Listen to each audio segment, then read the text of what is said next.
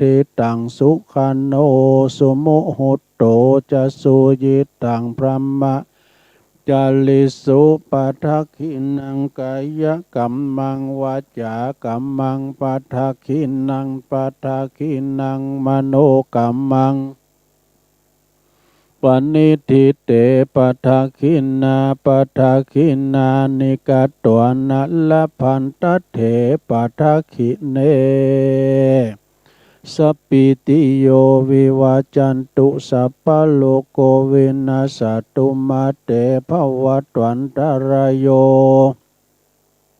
สุขีติขายุโกภวะอภิวาทนาสีลิสานิจังวุตตาปัจจายโนจัตตารโอธรรมาวัฏันติอายุวันโนสุขังปะลังเอาละเนาะศรัทธาญาติโยมทั้งหลายตุลุงก็ปิ้นเก้าปิ้นโหนำไหวพระสวดมนต์ไปปิ้นตีเรียบร้อยก็ขอกุณพระติตไลรัตนะผ่านแผ่วพระเกี่ยวเจ้าทั้งสามประการดลบันดาลมาปกป้องคุ้มครองรักษาครูบาอาจารย์พระสงฆ์องค์สามเณรอยู่กับวัดกับวาเนาะมีความงอกงามไพบูรณ์ในพระพุทธศาสนาอยู่กัมจูปูจาสืบทอดพระศาสนามีสุขภาพพลานามัยสมบูรณ์แข็งแรงนะแล้วก็ปิ้นลมโพลมใสกับลูกศิษย์ลูกหาญาติโยมทั้งหลายพอออกไม่ออกศรัทธาก็เหมือนกันขอให้มีความสุขกายสบายใจปุ่นจากภัยไกลจากเวรมุ่งมาตรปรารถนาสิ่งใดสิ่งหนึ่งก็ขอสมดังความมุ่งมาตรปรารถนาจงทุกประการวันนี้มาพบมาปะกันก็เป็นวันติดแล้วกันเนาะศรัทธาญาติโยมทั้งหลายวันที่19วันนี้ก็เป็นวันที่เราจะโลมน้ำจิตน้ำใจแต่ทยอยกันมาเนี่ย พี่น้องกันที่อยู่ตั้งบ้านตั้งจองตื่นจืนขึ้นมาก็มาฟังเสียงน้ำเสียงธรรมแต่ขึ้นแล้วก็โมนอกมนใจบันเทิงในธรรมเนาะครูบาอาจารย์เปิ้นก็มามาจาความปิ่นมาในการจัดสร้างที่ลอยต่อเนี่ยนะเป็นหลุนแต่รุนแรงในประเดชพระคุณท่านเจ้าคุณพระวิสุทธิเทพวิสุทธิคุณแล้วก็ท่านอาจารย์ท่านเจ้าคุณพระมหาศัพท์นะในอดีตที่เปิ้นผ่านมาเนี่ยเจ้าคุณทั้งสองนี่เปิ้นเจ้าคุณพระสุนทรปริยติวิกรมเปิ้นก็ต่อสู้กันมาเนี่ยแต่ก็หาดไป เอามาลุ่นกันมาโลมน้ำใจกันนะเพราะว่าเดี๋ยวนี้เปิ้นก็กำลังจะสร้างถาดแถมนะในขณะที่ว่าศาลานี่ก็ยังบ่แล้วดีสำหรับศาลานี่ก็ยังขาดจอฟ้าปั่นลุ่มแต่ว่ามีเจ้าภาพแล้วนี่นะ ว่านั่นนี่ศรัทธาญาติโยมทั้งหลายวันนี้ก็รอนำจิตนำใจกับพระออกศรัทธามากินมาทานกันโดยเฉพาะวันนี้ก็ญาติโยมทั้งหลายก็เดี๋ยวก็จะได้รายละเอียดเนาะรายละเอียดที่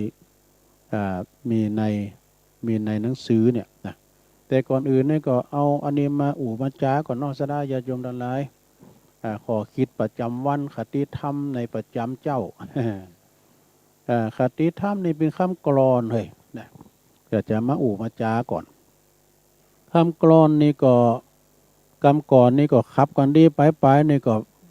จะบ้าพ่อใครขับกันหน่อยนะ เราฟังป่ะนะเพราะว่าเฮาตึงมือตึงวันนี้ภัยเงบมันลุกลานมาศรัทธาญาติโยมทั้งหลายก็ความเฒ่าความแก่ชรามาเฮาก็เฒ่าแก่แลมอนไปตึงวันนะภัยเงบเนี่ยเรียกว่าภัยเงบมันก็เข้ามาเฮาพักการคือเวลามันจะผ่านไปอย่างเดียวคือมันต้องพลากเอาอายุเฮาไปเติมน้อยก็มันมีเฒ่ามีแก่มาสองอย่างแก่คืนแก่ลุงอย่างตุลุงเขาได้ดิ่งโหลุงแล้วก้าเนาะอันนี้ก็เลยมีคำกลอนอยู่บทหนึ่งนะเปิ้นว่าเริ่มเป็นไม้ใกล้ฝั่งต้องนั่งคิดนี่เหลือชีวิตยาวนานสักปานไหนเมื่อหมดกรรมจำพรากจากโลกไปจะมีใครชื่นชมสมบัติเรานี่ สมบัติอยู่ในโลกเลยนะพัดกันชมว่าถึงมีบุตรสุดรักก็ยากพึ่งสักวันหนึ่งก็รักตัวครอบครัวเขาพ่ออุตสาหาให้คงไม่เอาล้วนของเก่าเกินวัยไม่อยากรับนี่ตอนนี้มันจะขับกันดีหน่อยมองโถถ้วยสวยสีที่เคยคุ้นเริ่มที่เคยคุ้นเริ่มหมดเงาขาวขุ่นเพราะฝุ่นจับนี่หนังสือเก่าเบียดเสียดขี้เกียจนับวางสุมทับอับชื้นเริ่มขึ้นราค้นปืนผาหน้าไม้ใต้จากใต้ตู้ยังดีอยู่ของเก่าเรารักษารูปภาพเก่านานนมสะสมมาทั้งเงินตราเก่าใหม่มิใช่น้อยเนี่ยหีบเสื้อผ้าแต่ก่อนตั้งซ้อนทับถูกเก็บพับห่างงานการใช้สอยเสื้อกันหนาวกรำงานผ่านดงดอยมีร่องรอยเลาะลุยขุยหิมะนี่มันจะขับกันหน่อยนะนึกถึงวันข้างหน้าถ้าเราสิ้นอาจจมดินเน่าเหม็นเป็นขยะห่วงพระเครื่องใส่กล่องเต็มห้องพระเป็นภาระของใครยังไม่รู้ เริ่มแจ้งชัดสัจธรรมอันล้ำค่าเราเกิดมามือเท้าเปล่าเราเกิดมามือเท้าเปล่าทั้งคู่หลงไขว่คว้ามาคลองเป็นของกูกองสมอยู่เปล่าตอนเราตายแน่อันนี้ก็เขาท่าเนอะที่เปิ้นเขียนมานี่นะสดาญาติโยมทั้งหลายขอบคุณคุณโยมสุมาลีใจตาตัวนะเปิ้นส่งมาส่งเข้าประกวดยังมีทำอยู่อันนี้นี่ทำกรรมทำบทหนึ่งนะสดาญาติโยมทั้งหลายอันนี้ก็เน็ตเหมือนกันเนอะบั้นปลายชีวิตคุณเฮานี่มันเฒ่าแก่แลมอนมาตึงวันก็เฒ่ามาก็มันก็มีเกิดมีแก่มีเจ็บมาเวลาเฒ่าเลยเฒ่ามาก็สมองก็ไปเรียกว่าขี้หลงขี้ลืมนะสัญญาไม่แน่นอนบั้นปลายชีวิตเฮานี่บางคนนี่ไปกันใหญ่อัลไซเมอร์สมองเสื่อมเกิดว่าได้กินแล้วก็ยังว่าไม่ได้กินนี่นะบั้นปลายชีวิตลองฟังนี่ทำคำหนึ่งชีวิตผ่านเลยไปจนไกลลับไม่หวนกลับคืนมาหาฉะไหนทั้งพ่อแม่สิ้นชีวาพิลาลัยลูกในไส้ก็หลีกลี้มีครอบครัวดู แมวอีกแมวหมาเลี้ยงมาก็ลาจากจกตายไปแล้ว เจ้ามาพรากจากไปใจสลัวก็เงียบเหงาตามวัยใจไม่กลัวเพราะว่าตัวยังมีเพื่อนไม่เลือนไกลบ้างส่งไลน์มาทักทายว่ารักอยู่เนี่ยบอกให้รู้ถึงไมตรีดีฉะไหนส่งดอกไม้บอกคิดถึงทุกวันไปบอกความในข่าวลือสื่อหากันทั้งงานรุ่นงานอะไรควรไปบ้างจะได้สร้างความสนุกพาสุขสันต์เพราะไม่รู้วันไหนต้องไกลกันสิ้นอาสันพบอีกทีสิ้นอาสันพบอีกคราที่หน้าเมนไปปักกันนำก้ามก่อนหน้าเมนบ่เนาะมันก็ไปปักกันหาเนาะอยู่มาตึงมืดตึงวันนี่ศรัทธาญาติโยมไผจะไปสูงไผก่อนห่ำหู้นี่คุณเฮานี่อันนี้จังนะบัดเตงเต้นแน่นอนนะอย่างเดินที่ผ่านมาเดินติมเดี๋ยวนี้นะเดินนี่คุณดังในเสียงบุญเป็นหลายนะเสียงเป็นสองที่หูนั่นก็มีไผมีนักร้องลูกทุ่งมีชื่อเสียงสมัยสมัยมื้อละนะก็คือแสงสุรีรุ่งโรจน์ดูก่อนนี่เป็นเพลงดังดูรักสาวเสื้อลาย อันนี้เท่าความนะแล้วเป็นก็เสี่ยงชีวิตไปก็เป็นธรรมดาซะนะเนาะด้วยวัยอายุ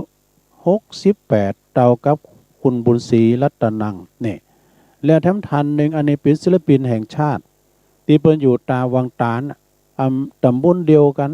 ตึงงานแม่จันทิพย์แสงทองจังซอ ธมยันตีนี่เจ้าของผลงานเขียนโอ้หลายเนอะคู่กรรมก้ามสังกาเนี่ยนะบุคคลสำคัญที่เปิ้นมีผลงานในการเขียนนะที่คิดเขียนที่เปิ้นเอามาแปลงละครก้ามในการเนี่ยนะสดาญาโยมทั้งหลายอันนี้ก็เราสู่จู้กันฟังไปสดาญาโยมทั้งหลายนอกสถานตีเนอะเสียงสัตว์มันหัวเดี๋ยวนี้ตัวลุงอู่ปากเปล่านะมันได้ยินเสียงตัวเก่าลูกเพราะว่ามันมีลำโพงเพลงก็มีเจเอาตัวลุงว่าไปเลยเนี่ยเป็นว่ามีเพลงนำรายการสักอย่างเนอะ เนี่ยก็เป็นธรรมชาติดีสถาญาโยมทั้งหลายเนาะโอ้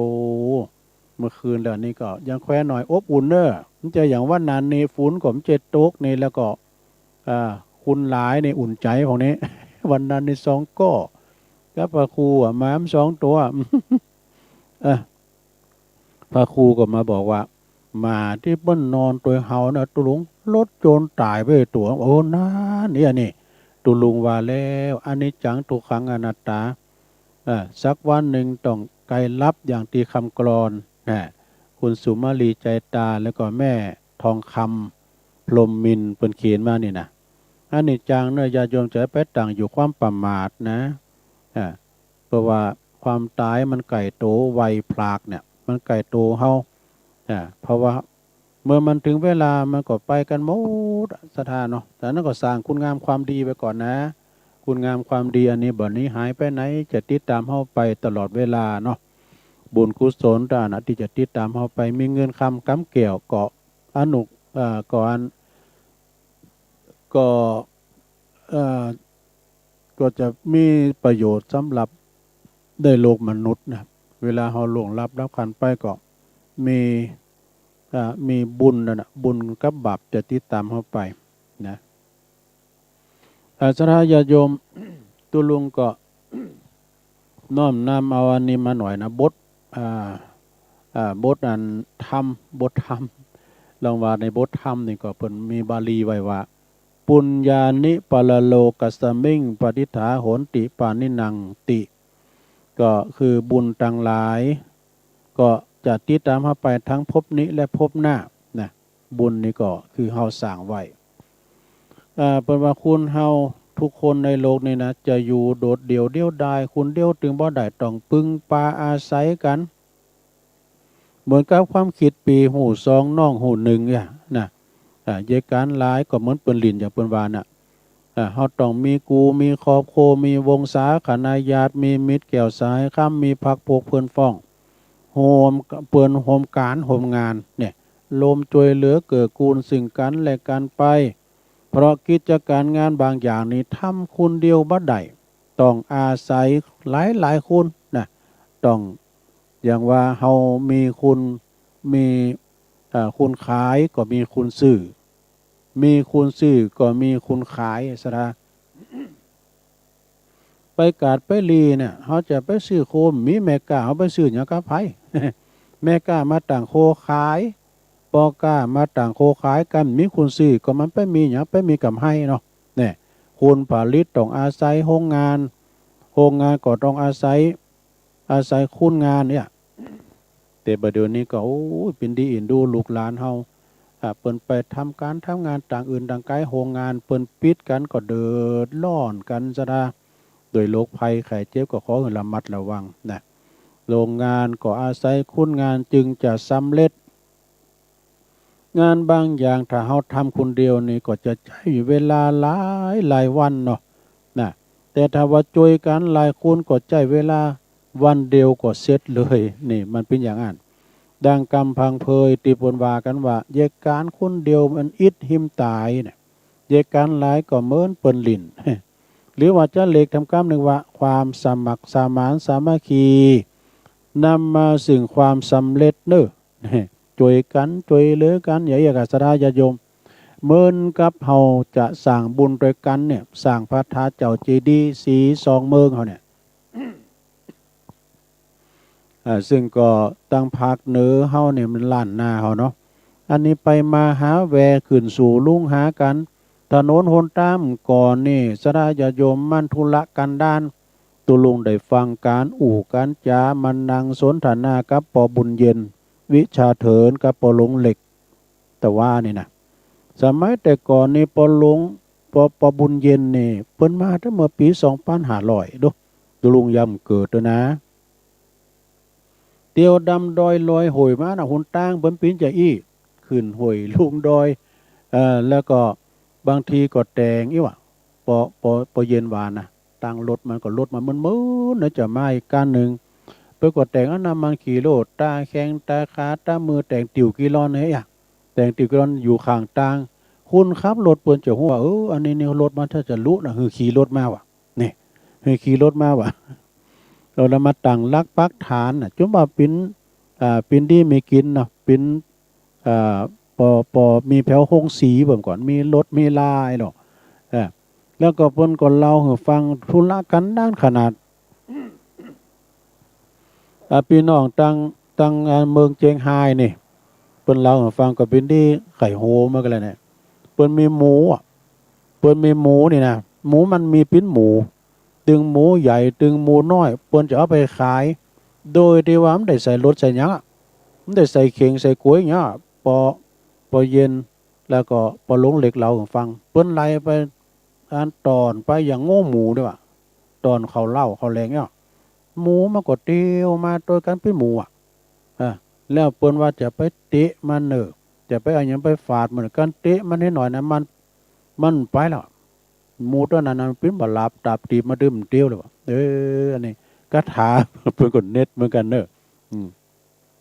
อันนี้ดังปอบุญเย็นวิชาเถิน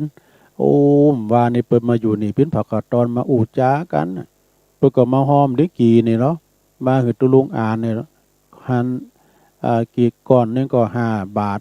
100ก่อนก็500 บาทสระหยาโยมทั้งหลายเนาะเนี่ยวันนี้ไผจะมาเขียนนั้นแผ่นโด่งก็ยังมีอยู่ไผจะมาเขียนหรือว่าจะมาหับเอาปิ้นดิกีก่อน5 บาทก็มีอยู่พระจะมาหับหินดินทรายมีสัพปะเนสราญาโยมหลายก็มากินมาทานกันมาทานน้ำทานธรรมสัพพะทานนังธรรมะทานนังจินติการทำบุญหรือตามปีนตานชนะการทำกู้สิ่งกู้อย่าง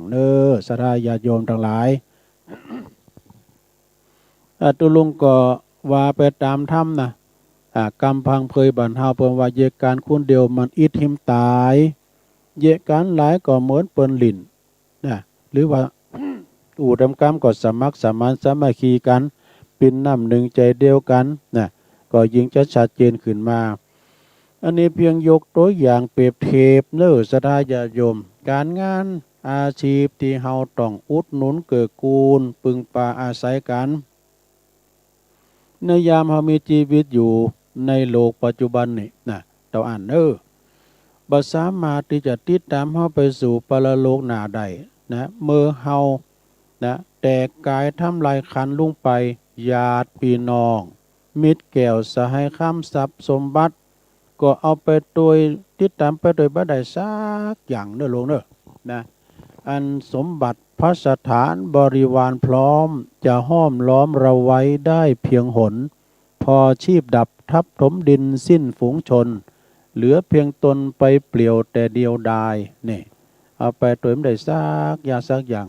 สิ่งที่ติดตามเข้าไปมีข่าวกับดำบาปกับบุญนะจะติดตามเข้าไปเพราะฉะนั้นญาติโยมทั้งหลายก็จะไปตกอยู่ในความประมาทขาดสติกินไปทานไปนะตายแล้วเอาอย่างไปตัวไม่ได้ซักอย่างเป็นว่าอันชีวิตคนเราก็เท่านี้พอเป็นผีไก่เก่าก็เน่าเหม็นนอนยาวเหยียดไม่อาทรหนาวร้อนเย็นถูกจับเข็นใส่ไฟไหม้ลุกรวมลันนี่เมื่อยามมามือเปล่ามาเท่าไรเมื่อยามไปมือเปล่าไปเท่านั้นมีอะไรเพียงนิดตามติดพลันทุกสิ่งอันเลิกเกี่ยวไปเดียวดาย มีอย่างติดเท้าไปนอกจากขาวกับดำบาปกับบุญเหลือแต่เท่ากองกระดูกให้ลูกหลานชื่อแท้จานจำจดกำหนดหมาย เพียงดีชั่วเท่านั้นนับพันกายแม้นชีพวายติดตามเห็นดังเช่นเงา เนี่ยเนาะสดาญาติโยมทั้งหลายเพียงแค่เฮาความสุขนะเพราะว่าทรัพย์สินสมบัติหยังต่างๆเพียงแค่ความสุขสำราญในโลกนี้ชั่วครั้งชั่วคราวต่ออันนะจะต้องปัดภาคจากกันไปสิ่งที่จะปิ้นมิดปิ้นเปินไปกำจูในปิ้นแก่นปิ้นผลดลบันดาลหือเฮาได้รับนั่นก็คือความสุขสำราญในปรโลกน่ะอย่างแท้จริงก็คือบุญเนี่ยสถานคุมบุญเลยนะที่เฮาสั่งไว้ในโลกนี้น่าจะติดตามลามต้วยเฮาไปเหตุนั้นพระพุทธองค์พระพุทธเจ้าของเฮาจึงตรัสให้แก่เทพนะเทพพยดาเนี่ยเนาะอย่างลูกค้าเทวดาตุนไม้นะความว่าบุญต่างหลายนี่ตีตนทำเองบุญนั้นจักปิ้นตีปึงปิ้นเปินเฮาไปสู่สัมปรายณภพเบืองหน้าบุญปิ้นเคืองชำระจิตในสันดานเฮาบริสุทธิ์ดีงามในหลวงเด้อบริสุทธิ์ดีงามมีอโลภะความบ้าโลภอโทสะความบ้าโกรธอโมหะความบ่หลงเป็นสมมติฐานสิ่งรองหลับนะบุญนั้นก็เกิดจากไตรทวารจากไตรทวารของเฮาเนี่ยนะกายวาจาและก็ใจ3อย่างนี่เด้อเมื่อว่าโดยประเภทมี3อย่างคือตานามัยบุญสำเร็จโดยการหือตาลอย่างเฮาตาลกันนี่แหละสดาญาติโยมเนาะตาลเข่าตาลของตาลเงินตาลทองอย่างเข้ามาต้านดินกีกล่อมดินกีมได้เนอะต้านดินกีต้านหินอย่างเปิ้นมาต้านกันเนี่ยต้านหินคิวละปันหรือว่าแล้วแต่เจตนาอีกต้านอย่างแถมต้านปูนหินดินทรายต่างๆอันนี้เรียกว่าตานามัยตานามัยนี่คือตามิสตานคือตาสัมผัสได้นะตาเขาตาของเนี่ยตาที่เราสัมผัสได้อามิสตานนี่นะธรรมตานนี่ก็คือเอกะเปิ้นเตดน้ำเตดธรรมเปิ้นจะเฮาจะต้านธรรมนี่กะสัพพทานังธรรมทานังชินติเฮาก็ต้านน้ำต้านธรรมวันนี้พระจะต้านธรรมหยังธรรมาลัยโพธโลกธรรมมหาวิบากธรรมนิพพานสูตรธรรมเปตพลีเนาะก็ต้านกันไปเรียกว่าธรรมตานตานธรรมอภัยทานนี่ก็คือเป็นการอภัยเปิ้นตลอดเวลาเด้อไผบางเฮาเจ็บช้ำน้ำใจห่อมขนเกตอันนี้ก็คือว่าอภัยทานจังมันเตอะอีนะคำว่าจังมันเตอะอีนะพุทโธมันดึงแป้ห่อแป้มานหมดหลวงเอ้ยต่อไปก็ศีลไมบุญสำเร็จโดยการรักษาศีลนี่ศีล5ศีล8ศีล10ศีล227เฮามีศีลในตนในโตเนี่ยเวลาเปิ้นว่าเฮามีศีลอยู่ไหนก็สุขสบายเอาลองขาดศีลขาดธรรมไปแล้วไปป่นไปจีนั่นอยู่เป็นสุขแล้วเนอะ ไปไหนก็หวาดละแวงนี้เนาะแล้วก็ภาวนาใหม่บุญสำเร็จโดยการเจริญเมตตาภาวนาเนอะ3อย่างนี้ฝังในจิตในใจเฮาเจ้าปุดเนาะตานศีลภาวนาฝังในจิตในใจของเฮานะบุญสำเร็จโดยการหือตานนั้นก็คือการเสียสละกำจัดความโลภกำจัดมัจฉริยะความตนีทีเหนียวขีจิความหันแก่โตตานั้นก็จะมีอานิสงส์ยิ่งใหญ่ไพศาลก็ต้องถึงพร้อมโดยสมบัติทั้ง3ประการทำแล้วคือเจตนาสมบัติถึงพร้อมโดยเจตนาได้แก่ก่อนหืดตานจิตใจเฮาเป็นอย่างใดผ่องใสเนี่ยก่อนหืดตานจิตใจผ่องใสกำลังขณะหืดตานก็มีจิตใจที่ยินดีอ่อนน้อมอิ่มปีติเบิกบานเนี่ยเดี๋ยวก่อนนะโยมเนอะตุลงจิบน้ำเมื่อก่อนคอแห้งเฮ้ย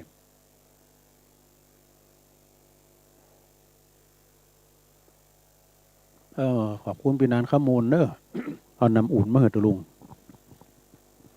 เนี่ยสดาญาติโยมต่างหลายเนาะตานศีลภาวนากำลังหือตานก็จิตใจอ่อนน้อมอิ่มเอิบป ปีติเบิกบานขณะที่วัดตานแล้วก็บอกบ้านขาดแคลวบักกินแดงแข้งใจยังสักอย่างวัตถุสมบัติที่มาเนี่ยก็พร้อมโดยความพร้อมโดยวัตถุของสิ่งนั้นได้มาโดยความบริสุทธิ์ใจมีความสุจริตบ่ผิดศีลผิดธรรมนี่ที่เป็นอมตะนะปฏิฆาหกสมบัติก็คือผู้รับเนาะเฮาไปตาครูบาก็ไปตาในหลวงพ่อพระครูบาดอยก็ไอ้น่ะก็เป็นผู้ที่รับส่วนบุญเฮาผู้รับคือผู้รับทานคือผู้รับส่วนบุญเช่นพระสงฆ์ผู้ประพฤติดีปฏิบัติชอบเรียกว่าเนิ่นนาบุญอนุเคราะห์สงเคราะห์ปูจาผู้สมควรที่สงเคราะห์เนาะอันนี้ก็เป็นการตานเนื้อศรัทธาญาติโยมเอามายิบยกถึงศรัทธาเล็กๆน้อยๆเนาะก่อนอื่นนั้นตุลุงก็เอาอันได้จือมาอ่านนี่ก่อนเนื้อศรัทธาเนื้อที่เปิ้นถาฝากทำบุญมาเนาะเพราะว่ากระเดียวกดตุลุงก็จะได้มอบเวียนประเคียนใหม่ไปตังอาจารย์ท่านพระมหาสมชาติชาตะคโลปัญโยนะเปิ้นก็จะได้มามาตัวกันแล้ว5 โมงนี่ก็จะได้ทำวัดสวดมนต์เนี่ยศรัทธาญาติโยมทั้งหลายนะสายของแม่จันติบเนี่ยแม่จันติบแสงทองแม่จันติบเนี่ยเปิ้นปิ่นจังซอเปิ้นปิ่นจังซออยู่ปากกุยพุ่นนะอยู่ปากกุยก็ตำบลท่าวังตาลเนาะสระปีก็แม่จันติบแสงทองทำบุญดอยนางแก้ว100 บาทแม่จันติบทำบุญย้อนหลังตุลุง200 บาทเขานั้นตุลุงออกก่อนเพิ่นเอาออกก่อนแม่ก็เนอะแม่จะเอาให้กำลุนะก็เคแล้วเนอะแม่จันติบเนอะแม่ทองอินสารกิจ100 บาทนะทำบุญสั่งพระธาตุเจดีย์สี2 เมืองสุภาพกองอินกันเนี่ยเนาะนันทารามสารปี100 บาทเนอะสร้างพระธาตุเจ้าเจดีย์สี2 องค์มีแม่ประกายนันทนามันทนาตาวังตาล100 บาทสร้างเจดีย์สี2 เมืองแม่แก้วดีมหาแทนกันเนี่ยมหาเทนบ้านไฮเนอ40 บาทแม่เพ็ญศรีชัยกิจเจริญวงศ์นี่โบกครกใต้100 บาทเนอสั่งพระธาตุโดยการแม่บัวชุมอันนี้โบกครกใต้เนอหินสดด้วยกันนะแต่100 บาทเนอนางดอยนางแก้วทุกคนอันนี้ดอยนางแก้วเนอก็เปิดฝากปัจจัยมาเนี่ยตุลุงก็เอามาอ่านแล้วจือนี่ดำกำเนาะสายแม่จันติบแสงทองบ้านป่ากล้วยตาวังตาลเนอะสระปีแล้วก็ต่อไปก็มีแม่สมหมื่นปราบแม่สมหมื่นปราบนี่พร้อมลูกหลานเนอะช่างเคียนหน้ามชอันนี้ปิ้นหิน1 คิว 1,000 บาทแต่ว่าเปิ้นโอนสตางค์ไปแล้วเปิ้นเอาอะไรจืดลุงอ่านได้เนอะแม่สมตุลุงอ่านแล้วเนอะฟังอยู่ก่อแม่สมหมื่นปราบแล้วก็แม่ครูทองคำที่วงคำอันนี้อยู่เสาหินสีบัวบานเนอะตามวัตถุประสงค์เนอะแบ่งกันกึ่งหนึ่งแต่แม่ครูเปิ้นบอกว่าเอาอันทำบุญอันสั่งพระธาตุสี2 เมืองให้100แล้วก็เอาแป้งกันเตตุลุงให้100ก็จัดการไปตามนั้นขอบคุณเด้อแม่ครูเนอะแม่ครูทองคำที่วงคำเนาะอันนี้ของแม่จันติบนี่อันนี้เป็นปึกแล้วนะมีปัจจัยอยู่ในหันสร้างพระธาตุเจดีย์สี2 เมืองอันนี้แม่คำแปลงปทุมธาพี่น้องสันหินฝ้าหลังเด้อพร้อมลูกหลาน200 บาทนะอันนี้เป็นฝากพ่อดวงมาเนี่ยฝากไอ้ดวงเด้อไอ้ดวงวิยาวัจกรวัดอันปักทางเจริญนางบัวชุมน้องเจนกองขมในแม่ไผ่มุ้นนี่แหละแม่น้องเจเนอะอันนี้ก็มีแล้วอันนี้ของอันนี่กะของแม่บุญปันอุบคำเนอะแม่บุญปันอุบคำจังกระดาษวันนั้นไปชันเพลที่บ้านเปิ่นกับอาจารย์เด่นหลัก เปิ้นก็ฝากห้อมมาเนาะตำบลทุ่งต้อมอำเภอสันป่าตองรวมทำบุญสร้างพระธาตุดอยนางแก้ว200 บาทตานไปหาปออุ้ยเสาแม่อุ้ยฟองอุบคำปออุ้ยปันแม่อุ้ยมาอุบคำตัวเนอ200 บาทเอายินดีหน่อยแม่แม่บุญปันอุบคำจังกระดาษก็ยังทำบุญตันไปหานายบุญอุบคำตัวเนอแถม200 บาทนะนายประพัดอุบคำเนาะแล้วก็แม่บุญปันอุบคำก็ยังตานไปหือเจ้ากรรมในเวรแถม100 บาทเนอแม่บุญปันอุบคำนี่ก็ทำบนทุ่งต้อมอำเภอสันป่าตองไปอยู่จังกระดาษต้านไว้ไปนะหือโต๊ะเก่าให้ซองหนึ่งโดนลายซองนะขอบคุณแม่บุญปันอุบคำเด้อเป็นแม่บุญธรรมของสามเณรเอารักปัญโยนันบุตรบุกจะมาเนอสามเณรเอารักนะอันนี้ก็ดูเหมือนว่าจะเป็นของแม่แต่พี่น้องแม่ทรายคำวงศาอินบ้านเวียงทองทำบุญการนำกาไฟปากตั้งเจริญ100 บาทแม่วราพรสุกเกษมบ้านเวียงทองการนำกาไฟปากตั้งเจริญแถม100 บาทอุ้ยลาโยนิดหัวเวียงป่าเป้าทำบุญพระครูบรรยงปัจจัย100 บาททั้งตุลุมมี2 บาทปีอย่างไรไปปีอย่างก่อนวาลินไหม อันนี้เอาไว้ตีนึงเนอะแล้วก็มีสถาญาติโยมทั้งหลายเนาะมีอันนี้เปิ้นทำบุญออนไลน์มาเนอะสถาเนอะเปิ้นทำบุญออนไลน์มาก็คือหมายความว่าเปิ้นทำบุญออนไลน์มาแม่บุญวงดีพร้อมด้วยครอบครัวพระเจ้าเลิ่มตำบลหนองตองอำเภอหางดงเนอะทำบุญสร้างพระธาตุดอยนางแก้วมา1 ซองคุณพี่ยุพินปีน้อยหอมมาลาอันนี้เปิ้นอยู่บ้านแม่หยวกหน้าศาลากลางเชียงใหม่ก็ทำบุญดอยนางแก้วแถม1 ซองเนอะ100 บาทขออนุโมทนาแล้วบัดเตาแต่นั่นก็มีศรัทธาเพิ่มเติมแม่จันหอมบัวไพจิต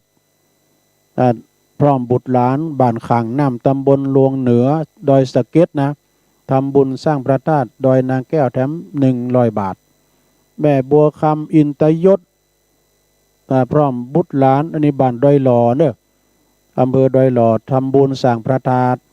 ดอยนางแก้วแถม100 บาทแม่ศรีธรเปรมจิตอันนี้พี่น้องพร้อมครอบครัวชัยปราการน้องโบบุญนะดูน้องบัวชัยปราการทำบุญสร้างพระธาตุดอยนางแก้วแถม100 บาทเนอะมีแม่พาลวันการทำมูลพร้อมด้วยครอบครัวลูกหลานพี่น้องบันกอกบันกอกตำบลบันกอกอำเภอป่าซางลำพูนอันนี้พี่น้องบันกอกแม่วันนะกันเนาะแม่วันการทำมูลนะเปิ้นได้สั่งพระธาตุสี2 เมืองแถม200 บาทเนอะขอบคุณแม่พันแม่วันเนาะแม่ครูทองคำที่วงคำนะพร้อมด้วยบุตรหลานบ้านเสาหินตำบลสีโบบานอันนี้เปิ้นเป็นอสมดีเด่นระดับภาคเนอะ เนาะ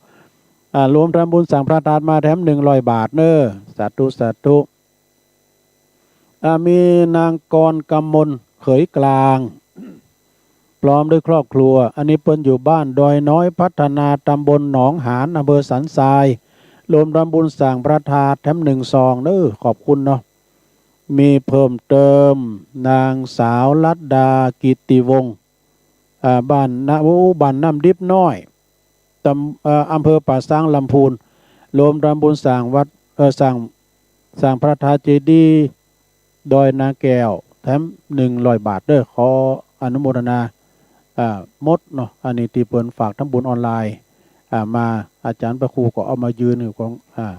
ก็ได้ประกาศไปแล้วเนอะแต่ว่าอันใดผิดพลาดหรือว่าอันตกขัดตกบกพร่องก็สุมาอภัยอันนี้แม่เก่งคำสุภาพลพร้อมด้วยลูกหลานรวมตามบุญเจ้ากรรมในเวรเนอะแถม100 บาทเนี่ยอันนี้เวงป่าเป่านายชัยรัตน์นางเกษรพรหมขัดแก้วก็โฮมทำบุญมาแถม100 บาทแต่คืนแล้วตุลุงก็ไปนอนแล้วนะก็ไผก็ว่าขยโยมที่ไหนเปิ้นไปมาปุตตะปอเด้อกันนี่เนาะ เอาน้ำมาต้านติวน้ำคือมาตัวพี่หนุ่มปันป้อนรู้ ปันป้อนแหงก็ไม่ได้ครูบาอาจารย์เปิ่นรับก็ปุ้นย้ำเจ้าย่อมไม่เนาะปีนว่าเปิ่นขับรถผ่านไปผ่านมาอย่างไฟทำไมเฮืองกันเนี่ยเตียวขึ้นมาเป็นว่าครูบาอาจารย์เปิ่นนอนแล้วก็เอาเกณฑ์ตัวพี่หนุ่มมันอันนี้แม่บัวแก้วแม่บัวแก้วแก้วแปลงจันทร์เวียงป่าเป้าโลมทำบุญแถม100 บาทเนาะ อันนี้อันนี้เปิ่นจะว่าฮือ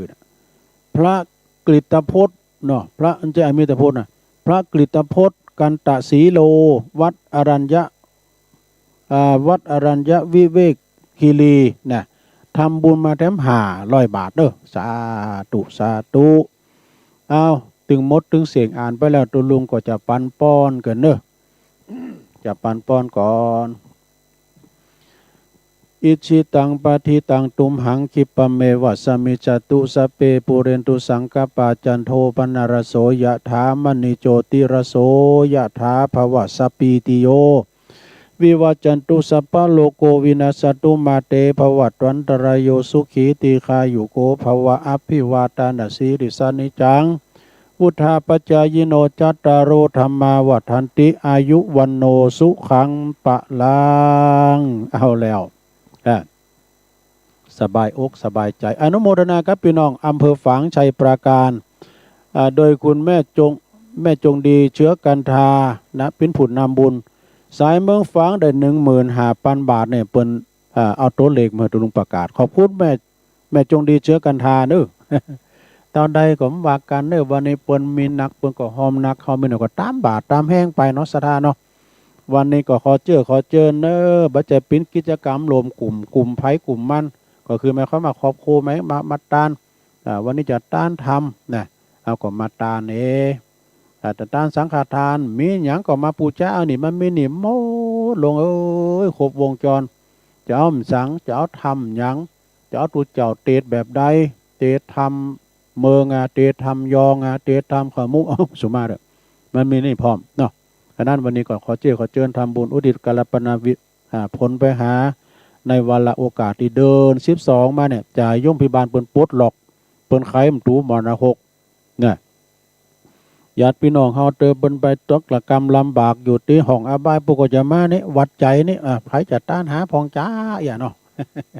ไผจะกินจะต้านหาพองจ้าก็เปิ้นก็จะได้มารับเอาส่วนบุญส่วนกุศลเด้อในเวลาที่เหลือนี่หลายตุลงจะเปิดสายพอนะถึง4 โมงก็จะได้โอนไมค์ถวายเวลาไปถึงอาจารย์ท่านพระอาจารย์ท่านพระมหาสมชาติชาตปัญโยตีเปิ้นนั้นรอถ่ายอยู่เนี่ยนะจะได้จอยกันเนาะจอยกันจอยกันจะฟังตุลุงฟังยองอย่างเดียวเนี่ยโกจะเบื่อจะกายไปก็เปลี่ยนบรรยากาศเนาะเหลือเวลานิดหน่อยพระจะโทรมาทักทายเช็คคืนเช็คสายเนาะก็โทรมาที่เบอร์0899556506ยังฟังกันอยู่ก่อ ลองโทรกันมาตักตายเด้อสถาเด้อวันนี้ก็จะมีครูบาอาจารย์มากันหลายอยู่สายตั้งดอยสะเก็ดก็หลวงพ่อมานิดเขาหลายอยู่หลวงพ่อมานิดเขาถึงคารวะญาติโยมที่เพิ่นจะมากันนะเพิ่นก็จะมาชันเพลเพื่อจะเอาน้ำพริกขามาด้วยนะ อันต้องลุงจะเอาอย่างไอหางเลี่ยมไอหางเลี่ยมมันจะหางไกวนะไอหางเลี่ยมเอาก็เอานึกว่าอย่างพิ้นวันหนอว่ะ ก็เอานะกับของปู่ด้วยเนาะเจริญปอนภาษาเจ้าก็รู้อันนี้แม่สมภารไม่พินเจ้าแม่พินโอ้ตื่นเจ้าเหมือนกันแต่ตุลุงออกรายการสถานนอกสถานตีเนี่ยมันหนาวให้ลุมจอยให้หน่อยนี่ลุมฝนมาโต๊ะแกมีฝนเพราะเรานี่หนาวกับฝนวันนี้หนาวกับลุ่มเฮ้ยแต่เกมพร้อมเอาผ้าปูมเอาผ้าปูมมาโดยชัดเจนดีเนาะขอบคุณแม่พินสัตุพี่น้องป่าแดดให้ไปเจ้ามันอยู่ไกลนะเจ้ารู้จะบรรยายบรรยากาศในงานให้ฟังกันเปิ้นนึงถ่ายทอดดูเนาะเจ้าสาธุเจ้าวันสาเจ้าบ่มีการจดนะเพราะว่าลุงมีมือกำไม้อันหนึ่งก็กำโทรศัพท์เอาเจริญปอน ไหว้สาธุลุง แม่ทองสายกะ เจ้า ชัดเจนดีเนาะ ลุงหอมแม่ละ หอมมันได้หอม ห ตัว อมหอมแม่เด้อแล้วมันก็แม่สิจะฮื้อนะ เจริญปอนสาธุแม่อันนี้ปูนอยู่ด้วยแก้วเจริญปอน นมัสการเจ้าตุลุง อันนี้แม่จันสมมานีจับหลังกาดแม่สาว เจ้ารับดีฝันดีเนาะหลายตนหลายองค์รู้บ่ อุ่นใจดีนี่ฮะอุ่นใจดีเนอะ เหมือนนั้นวันแล้วเนาะแล้วสองตน ว่าแล้วนี่ว่าเวแต่กับโบดูเจ้า2 ตัวมาทั้ง2 ตัวเดี๋ยวนี้ขึ้นตายไปตัวอ่ะ แสดงเอ็นดูมาตอนนั้นตายไปอย่างแรก ดูแต่มันนอ มัน นได้ คด ห้าบุญกุศลนั่งแล้วมันก็ไปของมันแล้วกันเนาะ แม่น่ะ ให้กำลังใจนะเจ้า ฟังอยู่ผู้ตนผู้องค์เนอะวันนี้ก็จะท่าฟังงานเปิดถ่ายทอดเนาะเจ้า วันนี้นี่หลากหลายเนอะเปิดสแตนบายไว้ให้เลยสาธุ นมัสการนะเจ้า แม่จันสมเจ้าเปิดอารมณ์ดี เจริญปอน ลุง เจริญปอน ชิดแน่พอชิดแห่งดง บ่ชิดทางดงอ่ะ ครับผม บ่ชิดฟังเจ้าแล้วเนาะ ฟังเจ้าละอันนี้เพิ่นถ่ายทอดปุ้นกันตุลุง ดูนอกสถานตีเจ๊ฟังอ่ะเนาะฟังอ่ะเนาะ เพิ่นถ่ายทอดโดยในเกี่ยวกัน เพิ่นถ่ายทอดโดยนางแก้วกันเด้อบึดฟังวันคำเด้อสาธุยินดีประจิตเด้อสาธุพี่น้องหางดงเจริญปอน แกไว้สาเจ้าตุลุง อันนี้แม่สีทอนก็เสียงป้อยดีแท้แม่สีทอน เจ้าชัดเจนนี่เด้อนี่นะ หนองบัวชัยปราการเนาะเป็นตัวแท หนาน วเย็นเนาะบนดอยเนาะ มันลุมจอยนะลุมจอยมันลุมดีเฮ้ยบนกระต๊อบเนาะตอนนี้เนาะ อันบึดอันฝนตกวันนี้เนี่ยปุถุนขึ้นแล้วเดินแจงรับดีหอมขึ้นแล้วขึ้นรับดีมันอุ่นใจเนาะ เจ้า มันเลยละสาธุเนอ เจ้าฟังถูกเจ้าแล้วเนอะสาธุสา ขอบ ธุ คุณ เจ้า ดูเสียงนี่ก็อย่างเดิมแต่ไปไกลดู อยู่ด้อยนางแก้วได้ยินพระเมืองฝางวะเนี่ยเจริญปอน เจ้าลุงทงไปยังไงกันได้อูเนาะลุงเนาะ แม่อุ้ยอินเนาะ เจ้า แม่ อ อุ้ย ยู่ด้วย อิน แก้วโมนเนาะ มนต์กับคนหลายขึ้นแล้วนี่ก็ปลงโตเขามาตานนำปันนะแถมอีกอะแถมบุญนี่ก็จะมีหลายกันอยู่เพิ่นจะมากันเอาอันไอ้หางเหลี่ยมเขามาอ่ะเอาอันน้ำพริกขามาอ่ะ ยุ่งจันละกันเนาะยุ่งเลยเนาะ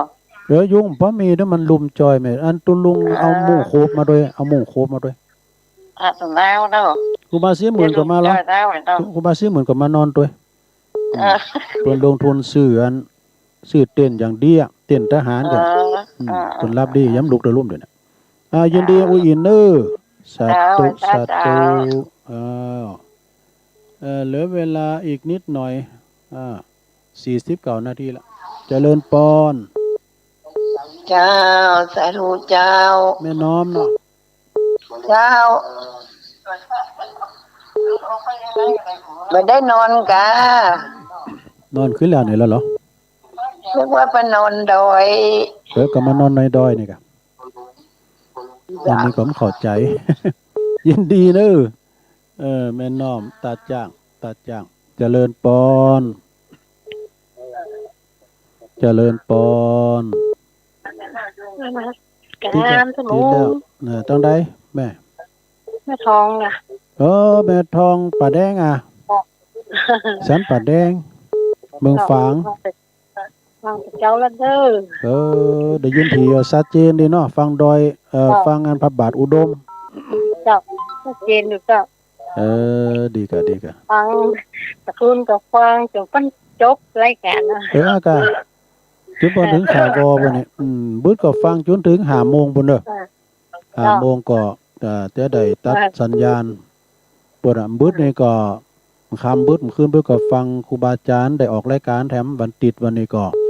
พระครูสัทธิตสารคุณพระอาจารย์วรรณชัยชยานันโทแล้วก็อาจารย์ท่านพระครูกัลยาณปราโมทย์ต่อโดย ธรรมะคลายเครียด เออ ยินดีนะแม่ทองเนอะขอบคุณเนอะสาธุสาธุแม่ทองนี่เป็นอยู่อันปุ่นอยู่เมืองฝางเซนป่าแดง0899556506เจริญปอน ราชการเจ้า แม่อยู่ตั้งใด พี่แม่อยู่แม่แหลงพี่เจ้าตำบลแม่อายตำ แม่แหลง อำเภอแม่อายเจ้า แม่แหลงแม่อายพุ่นเนาะ เจ้า โอ้แม่แหลงแม่แหลงแม่ฟังเจ้าแล้วกะ แม่นิ่ว แม่นิวอ่ะ ค่ะเจ้า แม่นิวดูแม่นิวกำลังโทรมาตีตุลุงเตอแลกันเนี่ยเนาะแม่แหลงนี่นะ โอ้พี่แม่ฟังถึงว่าน่ะมันเจ้าแม่แหลงอ่ะ ดีกะอัน อยู่แม่แหลง อยู่แม่แหลงเอ้เนาะ เจ้าเนื้อมันเนื้อพี่เนื้อแม่สมไม่เนื้อกันแม่สาว อ๋อไปน้ำปุ่นน้ำอยู่อ่ะถึงตาตอนเด้อเนาะ เจ้า โอ้ก็ยินดีอ่ะเนอะแม่นิวขอบคุณหลายๆเนอะที่โทรมาครั้งแรก เจ้า นะ เจ้าแม่ฟังถึงว่าน่ะกูโดนโกงอ่ะ อ๋อดีกะบึกก็ฟังตลอดเนอะวันคำอ่ะเพิ่นถ่ายทอดวันนี้นะหลากหลายแหละเนาะครูบาอาจารย์เพิ่นจะมาเทศน์10 โมง 11 โมงนี่ก็ฟังตุปิโอเนี่ยกัมปนาทเพิ่นจะเทศน์ทำเปตพลีนะนอนเนอะเจอไขพี่น้องเวียงป่าเป่าเนี่ยตุปิโอนะอยู่วัดตอเมืองลังเจริญปอนติดแล้ว กลางวันหาเจ้าพระหลวงเจ้า ต้องได้จ้า โอ้เจ้าไปขันแก้วปลาแดงเจ้าแม่ให้เจ้า โอ้แม่ขันแก้วอ่ะป่าแดงเนาะตีไปบ้านแม่ฟองนะคะ โเป็นของนโมทนาตัวเนอะเจ้า ที่เฮาปากันที่บ้านแม่ฟองนะเนาะ เจ้าแม่นะ แม่ เจ้า น่ะโอ้วันนั้นพรมเขาก็เป็นพี่น้องกับแม่ฟองเขาในดอกเป็นนั้นพรมวิริยะสันไส้ฟองหน่อยแม่สบายดีเนาะ เจ้า ปุ่นเนาะทำ3เดินไปตอนหน้าก็ปุ่นได้ยกยอดชัดบรรจุหัวใจพระธาตุแล้วก็แม่ฟองก็จะมาตานห้องน้ำหือปอสิทธิ์ เรียกว่าอันปอสิทธิ์ห้องสิทธิ์เพื่ออันไหนก็ถ้าจะได้ไปอยู่เจ้า ไปกับโปรเล็กนรงค์ก็จะมาดูโปรเล็กนรงค์กิติวงศ์เขา ไปมาได้เสื้อผ้าของเขารอบสองอ่ะ ดีกะไม่เป็นอย่างสบายแล้วกันผ่าแล้วนะ เผื่อวันนั้นสบายนะ ฟังอยู่ตั้งบ้านเด้อแถมสารเดินไปหน้ากับป้ากันโจดีนะแม่เด้อแม่ทองเด้อแม่ขันแก้วสาธุตุลุงก็จำผิดจำถูกเหมือนกันนะเหลือเวลาแถมหน่อยนึงเจริญปอน มาสูงค่ะตุลุง โอ้แม่คำมาแล้วพี่น้องไตไม่สูงค่า จำได้ฟังตุลุง ก่อนมาจัดนอกสถานที่พักสนามเริ่มเดี๋ยวนี้นะ เจ้า อยู่ด้วยนางแก้วเว้ย จะได้มีโอกาสไปอยู่เนาะ มากับทั้ง3เดือนไปนานนี่เพิ่นจะยกยอดชัดดอกโอ้เจดีย์พระธาตุมี3ดวงกันนะเพราะว่าพระธาตุดอยตุงเพิ่นจะแฟกันดอก2ดวงแล้วก็พระธาตุดอยสุเทพนี่ดวงหนึ่งเนาะก็ได้รับคหบดีดังคุณขจรหรือว่าคุณเชิดพงษ์กิ่วแก้วนะแม่ฟองกิ่วแก้วเขาเนี่ยเปิ้นก็เป็นเจ้าภาพใหญ่ด้วยนะเนาะเป็นเจ้าภาพใหญ่แล้วเนาะ เป็นเจ้าภาพใหญ่ก็เฮาก็โดยตามเพิ่นหากะเนาะอย่างตุลุง ไปอยู่เจ้าวันนั้นก็ฝากเน็ตจังดีไป ได้กะโอ้กะสายแม่จงดีเนี่ย15,000กันเนาะเขาแล้วนี่ก็มา10,000ปลายอ่ะแล้วเดินมา15,000ยกยอชัดเป็น20,000 ว่าลินได้เด้อพออมรปหมอเขานี่นะขอบคุณแม่นางเด้อแม่คำเด้อเจ้าไม่สูงค่ะเอาแถมสายหนึ่งแถมสายสุดท้ายนะใครจะมาปิดท้ายก็เดี๋ยวฟังอาจารย์ท่านพระมหาสมชาติต่อเนอะแถมชั่วโมงนึงนะเจริญปอนเจ้าท่านนานแม่จันสีแจงเขาติดหยัดว่า แจงโฮลิน เขามาได้มาเดียวนี้ ติดแล้วเหรอติดแล้วแม่ต้องแม่ฟังเจ้าแล้วกะพุทธ4 โมงแล้ว ดีกะโอ้ดีกะคืนบื้อน อนมารับท่านนอนมารับได้รับไปแล้วตื่นเป็นหยังถ้านอนแล้วกลางวันก่อนรับแถมมันจะไปไหนลูกเนาะคือแล้วตัวลงขึ้นรับดีเหรอ สะดุ้งตื่นในมืดทึกอ่ะเพราะว่าเจเขาปิดไฟว่ะ มีฝนตลอดเลย อ๋อ นี่กินเจ้าค่ะมีท่านเจ้าน้อย เออ วันนี้ปอหน่อยบุญปันโทรมาดูแต่ไปกาดไปใครมันตื่นแล้วจ้ะปอหน่อยบุญปันเขานี่เนาะยินดีนะแม่เด้อแม่จันสีแจงโหลินเอิ้นไปดังปอกำนันไปเด้อปอกำนันสันติสุขชัยวงศ์น้องผักขาวแล้วก็ปอกำนันทองคำจอมขันเงินว่าเพิ่นก็มารวมทำบุญแม่แก้วหรือว่าแม่จันสีนะจอมขันเงินเอาเบอร์สุดท้ายอันนี้ต้องได้จ้ะภาษาตัวลงภาษาตัว โอ้ ลง ปอบุญธรรมกะ พี่น้องหมูเปิงโอ้โหมาปิดท้ายพอดีปอบุญธรรม วันได้เนี่ยตัวลุงเอ้ย เป็นบุญ ได้ วันนี้ได้อ่านไลน์เอามาแล้วดีแล้ว วันนี้พวกลุงมาไกลเนาะ เด็กอ่ะอันปอฟังคืนไหน ตูกับเด้อ ปอฟังคืนไหนปอ วันนี้ก็เป็นบุญ เนาะปอฟังคืนไหน ตัวลุงเนี่ย เขาไม่ฟังเราเลยอ่ะ ขออนุโมทนาบุญกับตัวลุงโดยเด้อเนาะนะครับเนาะสาธุจะบดไว้ไล่แล้วกัน พี่ยังบ่ายลืมกันไปพองพี่ยังอูได้ลืมกันพอง ครับสายนักเนาะตัวลุงเนาะ นั่นน่ะมันได้อ่านไลน์ซะกันปอบุญธรรม ตัวลุงกับทุกท่านเนาะติดตีวันเนี้ยเนาะ แม่น่ะครับท่านพระคุณเจ้าทุกรูปเนาะที่จะติดทับทุกท่านทุกคนที่ไปวันนี้เด้อ บุญก่อน โยมพ่อก็ขออนุโมทนาสาธุกับทุกท่านทุกคนเด้อเนาะสาธุเด้อ อันนี้ปอบุญธรรมเด้อชัยกาดผู้นำบุญทางซ้ายปุนเนอร์ต่างงานหมูเปิงอันนี้เปิ้นถ้าว่าเป็นวันศีลนี่เปิ้นปิ้นจานน่ะเนี่ย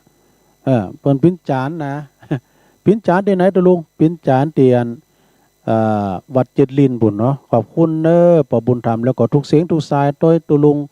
จะได้ลุงความถี่กันเด้อเดี๋ยวนี้นะเอาว่าจบเวลาตุลุงไว้แล้วเนาะแม่น้อยก็เดี๋ยวโทรมาเด้อ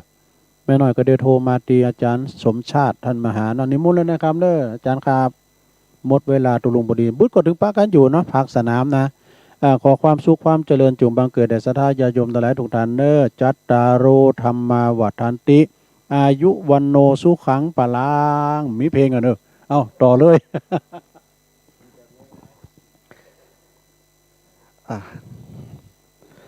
นอบน้อมไหวสาพระสัมมาสัมพุทธเจ้าพระธรรมเจ้าพระสังฆเจ้าถวายความเคารพครูบาอาจารย์พระมหาเถระพระเถระนุเถระครูบาอาจารย์ทุกรูปทุกองค์เจริญสุขเจริญธรรมศรัทธาญาติโยมนักศีลนักบุญผู้มีสัมมาทิฏฐิทั้งหลายที่ได้เปิดคลื่นรับฟังต่างสถานีวิทยุในเครือข่าย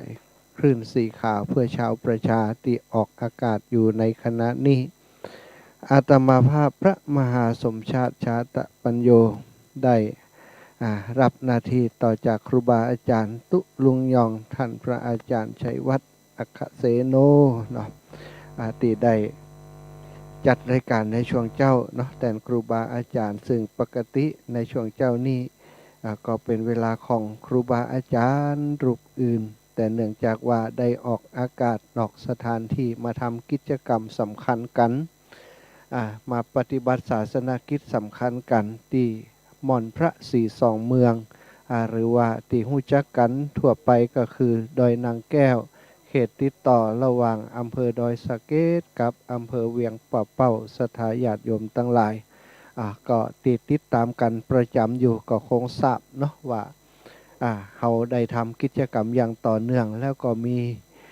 การประชาสัมพันธ์ให้กับสถาญาติโยมได้รับรู้รับทราบได้อนุโม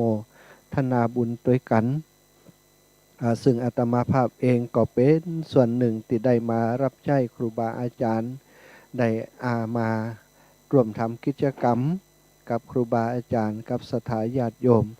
ตั้งหลายตั้งแต่เริ่มทีตั้งแต่การลื้อศาลาเนาะแล้วก็การสร้างศาลาอย่างต่างๆก็ได้มาคอยดูแลช่วยเหลือซัพพอร์ตในส่วนที่จะช่วยเหลือเปิ้นได้ในวันนี้ก็ได้มาจำวัดเนาะสัตตหะมาจำวัดกับครูบาอาจารย์เพราะครั้งก่อน ก็ตั้งใจจะมาแต่มีศาสนกิจติมาบ่ได้เนาะมี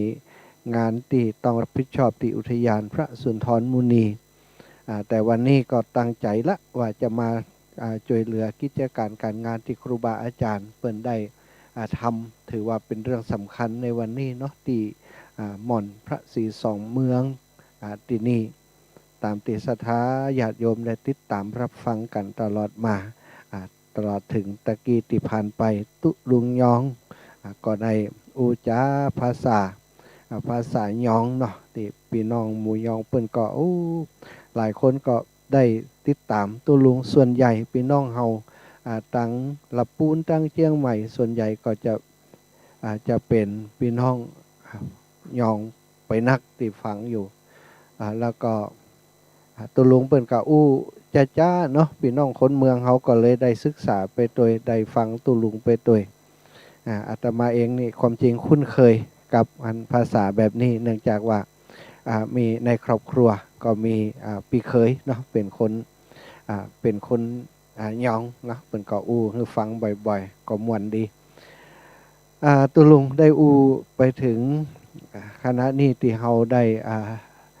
รวมบุญรวมกุศลกันจะสร้างเจดีย์จะสร้างพระธาตุตีดอยนางแก้วศรัทธาญาติโยมทั้งหลาย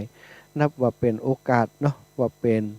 วาสนาของพี่น้องหมู่เฮาในเครือข่ายคลื่นสีขาวที่ได้มีครูบาอาจารย์เปิ้นได้นำคิดนำทำในสิ่งที่ดีที่งามในสิ่งที่เป็นประโยชน์กับพระพุทธศาสนาเป็นการเติมเป็นการเพิ่มบุญญาบารมีของศรัทธาญาติโยมทั้งหลายตัวตลอดถึงเป็นการเติมบุญญาบารมีให้กับตนตัวของครูบาอาจารย์ที่เปิ้นได้คิดได้ทำสิ่งที่ดีรวมกันในคราวครั้งนี้อีปอยอีแม่ทั้งหลายได้ฟังอยู่เป็นประจำตลอดมาว่าการที่สัตว์ทั้งหลายได้อัตภาพเป็นมนุษย์หรือว่าการได้เกิดเป็นมนุษย์เป็นเรื่องที่ยากแล้วก็เป็นมนุษย์ได้มาพบกับพระพุทธศาสนาได้พบกับศาสนาของพระสัมมาสัมพุทธเจ้ายิ่งยากไปแหมแล้วการที่เราได้พบกับศาสนาของพระสัมมาสัมพุทธเจ้านั้นเราจะได้มาพบปะกับสาวกหรือว่าพบกับพระสงฆ์องค์สังฆเจ้าที่อยู่บำเพ็ญปุญญาบารมีมีศีลมีธรรมสามารถนำต่างเฮาไปสู่สวรรค์ไปสู่นิพพานได้นั่นก็ยิ่งยากศรัทธาพี่น้องบางครั้งบางทีเขาจะฟังข่าวเนาะในข่าวสารในทีวีก็ดีในสื่อต่างๆในสื่อของหนังสือพิมพ์ก็มีตีพุทธศาสนิกชนของเฮาคนที่นับถือพุทธศาสนานี่แหละแต่ว่าไปศรัทธาเลื่อมใสครูบาอาจารย์ที่เป็นมิจฉาทิฏฐิได้ฟังคำนำคำสอนขององค์ชินวรสัมมาสัมพุทธเจ้าแล้วก็เอามาปฏิบัติบัตถูกบัตต้องเป็นปฏิบัติเป็นเปิ่นห้องว่ามีความเห็นติพิษเป็นมิจฉาทิฏฐิไปตีความพุทธพจน์ตีความพระธรรมคำสั่งสอนขององค์ชินวรสัมมาสัมพุทธเจ้าบัตถูกบัตท่วนบัตทั่วครบบัตแตกอย่างบรรเทาเปิ่นว่านั้นก็ปฏิบัติพิษต่างไปพอปฏิบัติพิษต่างไปก็ป้าศรัทธาสาธุชนตีเหลื่อมใสนั้นพิษต่างไปด้วยนำกันไปสู่แดนติจะป้ากันไปสวรรค์ไปนิพพานอย่างที่พระพุทธเจ้าพระองค์ทรงประสงค์เอาไว้กลายเป็นว่าป้ากันตกนรกมกไหม้ไปก็ได้ฟังข่าวคราวอยู่ประจำเนาะญาติโยมทั้งหลายก็คงพอจะนึกออกว่ามีเรื่องเหตุการณ์อะไรอย่างพ่องที่เกิดขึ้นแต่หมู่เฮาเจ้าข้าทั้งหลายอีปออีแม่ทั้งหลายอาตมาติดตามเนาะรายการที่ครูบาอาจารย์เพิ่นจัดได้ฟังครูบาอาจารย์เกือบทุกรูปทุกองค์ที่จัดรายการให้เครือข่ายคลื่นสีขาวของหมู่เฮาที่เฮาฟังกันอยู่เนี่ยได้มาฟังได้มาตรวจทานได้มาพินิจพิจารณากรรมน้ำกรรมธรรมคำสั่งคำสอนของครูบาอาจารย์ทั้งหลายตลอดถึงได้พิจารณาถึงกิจกรรมงานต่างๆที่ครูบาอาจารย์ทุกรูปทุกองค์เปิ่นทำตั้งแต่ท่านพระครูอภิวัตนวิกรมท่านพระครูปฏิภาณธรรมทินตุลุง หยองของเฮาและพระอาจารย์ครูบาอาจารย์ท่านอาจารย์ท่านพระครูสุเมธต่างๆที่เปิ้นทำกิจกรรมทำหน้าที่ต่างๆในฐานะของพุทธสาวกนั้นเปิ้นก็ปฏิบัติดีปฏิบัติชอบการการจาการสั่งการสอนศรัทธาญาติโยมเป็นไปถูกทำนองคลองธรรมในสิ่งที่จะทำให้ญาติโยมทั้งหลายได้บุญได้กุศลแม้กระทั่งไผที่สนใจในการที่จะดับทุกข์ของตนตัวที่มันเกิดขึ้นกับตนกับตัวก็สามารถนำไปประพฤติปฏิบัติได้อย่างที่หาข้อตำหนิยังบ่ได้เลยศรัทธาทั้งหลายกิจกรรมย้อนหลังไปที่อาตมาได้จาได้สอบถามตั้งศรัทธาญาติโยมที่ครูบาอาจารย์ในเครือข่ายเปิ่นทำกันมีกิจกรรมหลายสิ่งหลายอย่างที่เป็นประโยชน์เนาะเป็นประโยชน์กับพี่น้องประชาชนเป็นประโยชน์กับพุทธศาสนิกชนต่างๆว่าจะเป็นการไปช่วยกันก่อหลังสร้างแปลงเนาะศาสนวัตถุต่างๆตามวัดวาอารามต่างๆที่ชำรุดเสียหายไปในเครือข่ายก็มีนอกเครือข่ายก็มีไปช่วยคนที่เป็นทุกข์ได้ยากนะก็ไปเป็นกลุ่มเป็นคณะระดมทุนรวบรวมกันไปช่วยเหลืออย่างในช่วงที่มีโควิดเนี่ยก็หันว่าพี่น้องหมู่เฮาบ่ละบ่ทิ้งกันมีความลำบากอยู่ที่ไหนพี่น้องหมู่เฮาก็ดีบ่ใจหมู่เฮาก็ดีที่เฮาได้ยินได้ฟังเปิ้นมีปัญหาได้รับความทุกข์ยากบางทีก็ติดโควิดเป็นหมู่บ้านก็ป้ากันไปช่วยเนาะป้ากันไปช่วยเอาข้าวน้ำโภชนาอาหารไปช่วยไปรวมเปิ้นตลอดมาอันนี้ก็ถือว่ากิจกรรมที่พี่น้องหมู่เฮาทำกันเนี่ยเป็นกิจกรรมที่สร้างบุญสร้างกุศลตลอดมาแล้วมาถึงครั้งนี้เนาะก็มาช่วยกันครูบาอาจารย์เปิ้นดำริคิดสร้างที่จะบูรณะปฏิสังขรณ์สิ่งที่ครูบาอาจารย์แต่เก่าก่อนเปิ้นได้สร้างกันก็คือศาลาและพระเจ้าสี่สองเมืองที่นี่ซึ่งได้สร้างมาตั้งเป็นหมื่นละเนาะเป็นเวลา 4-50 ปีซึ่งครูบาอาจารย์แต่เก่าก่อนก็มีท่านพระสุนทรปริยัตวิกรมหรือว่าท่านเจ้าขุนมหาทรัพย์นรินทร์โทอาตมานี่ได้ยินชื่อของท่านเจ้าขุนเปิ้นตั้งแต่เป็นสามเณรตอนอายุ19 ปีตอนนั้นเปิ้นก็เผยแผ่พระพุทธศาสนาผ่านทางสถานีวิทยุวปท2และเปิ้นก็มีเทปมีอย่างของเปิ้นออกก็ได้เอามาฟังชื่นชมปฏิปทาของท่านเจ้าคุณเปิ้นตรงไปตรงมามีเนื้อหาสาระชัดเจนซึ่งเป็นพระสงฆ์ตั้งเหนือนะแต่ว่าเป็นคนเป็นทัยเนาะทัยผสมเมืองพ่องอย่างพ่องก็ได้ฟังเปิ้นชื่นชอบเนาะชื่นชอบเปิ้นแต่ว่าบ่เคยได้มากราบมาสาเปิ้นเพียงแต่ทราบว่าเปิ้นสอนเปิดสำนักเรียนปริยัติธรรมแผนกบาลีอยู่ที่วัดป่างิ้วซึ่งตอนนั้นพระภิกษุสามเณรในจังหวัดเชียงรายเวียงปะเป้าฮอได้ห้ามได้เรียนบาลีเป็นปรริญญาธรรมตั้งแต่ 1-2 จนปรริญญาธรรม7-8-9 ประโยคก็มีที่เป็นลูกศิษย์ลูกหาของท่านเจ้าคุณหลวงปู่พระราชจินดานายกเจ้าคณะจังหวัดลำปางเป็นหลวงปู่อาตมาตอนนี้เป็นที่ปรึกษาเจ้าคณะจังหวัดตอนนั้นเปิ้นถ้าอยู่ก็เปิ้นก็คือฟังเรื่องเจ้าคุณท่านมหาทรัพย์หลวงปู่บอกว่าเนี่ยบาลีของเฮาได้ฉันเจ้าคุณเนี่ยมาพลิกมาฟื้นโดยเฉพาะทางภาคเหนือของเฮาที่มันซบเซาไปเคยกึดเหมือนกันว่าอยากจะมาเฮียนที่วัดปางหิ้วแต่วัดตอนนั้นเฮียนบาลีเหมือนกันอยู่ที่วัดสวนดอกก็เลยบ่ได้มาเนาะมันสวนดอกลำปางมันก็ใกล้ที่เป็นวัดที่เฮาบวชอยู่หั่นก็ได้เฮียนอยู่หั่นก็เลยบ่มีโอกาสได้พบกับท่านเจ้าคุณแต่มาทราบปฏิปทาของท่านหลายเรื่องหลายอย่างที่เปิ้นโดยเฉพาะในการที่ปาญาติโยมออกมาจากสิ่งงมงายออกมาจากการเจื่อเรื่องของที่มันบัจจัยแนวทางในของพระพุทธศาสนาที่พระสัมมาสัมพุทธเจ้าเปิ้นสั่งสอนไว้เปิ้นก็พยายามทำของเปิ้นมาตลอดโดยเฉพาะในเรื่องการเจื่อในสิ่งที่บ่ถูกบ่ต้องเนาะแต่ว่าเปิ้นก็บ่ได้เนี่ยอย่างที่มันรุนแรงเนาะพยายามจะใจกุศโลบายในการดึงศรัทธาญาติโยมออกมาจากสิ่งที่มันงมงายเหล่านั้นโดยวิธีการที่ละมุนละม่อมที่มัน บ่ช่ำน้ำบ่คุณโดยเฉพาะอย่างเรื่องที่ท่านทำกันที่ดอยนางแก้วที่นี่ดอยนางแก้วพี่น้องเขาก็คงจะฮู้เรื่องที่คนโบราณเปิ้นเล่าเกี่ยวกับแม่นางแก้วว่าเป็นจะใดเนาะส่วนใหญ่ก็เป็นเรื่องที่บ่ค่อยเป็นมงคล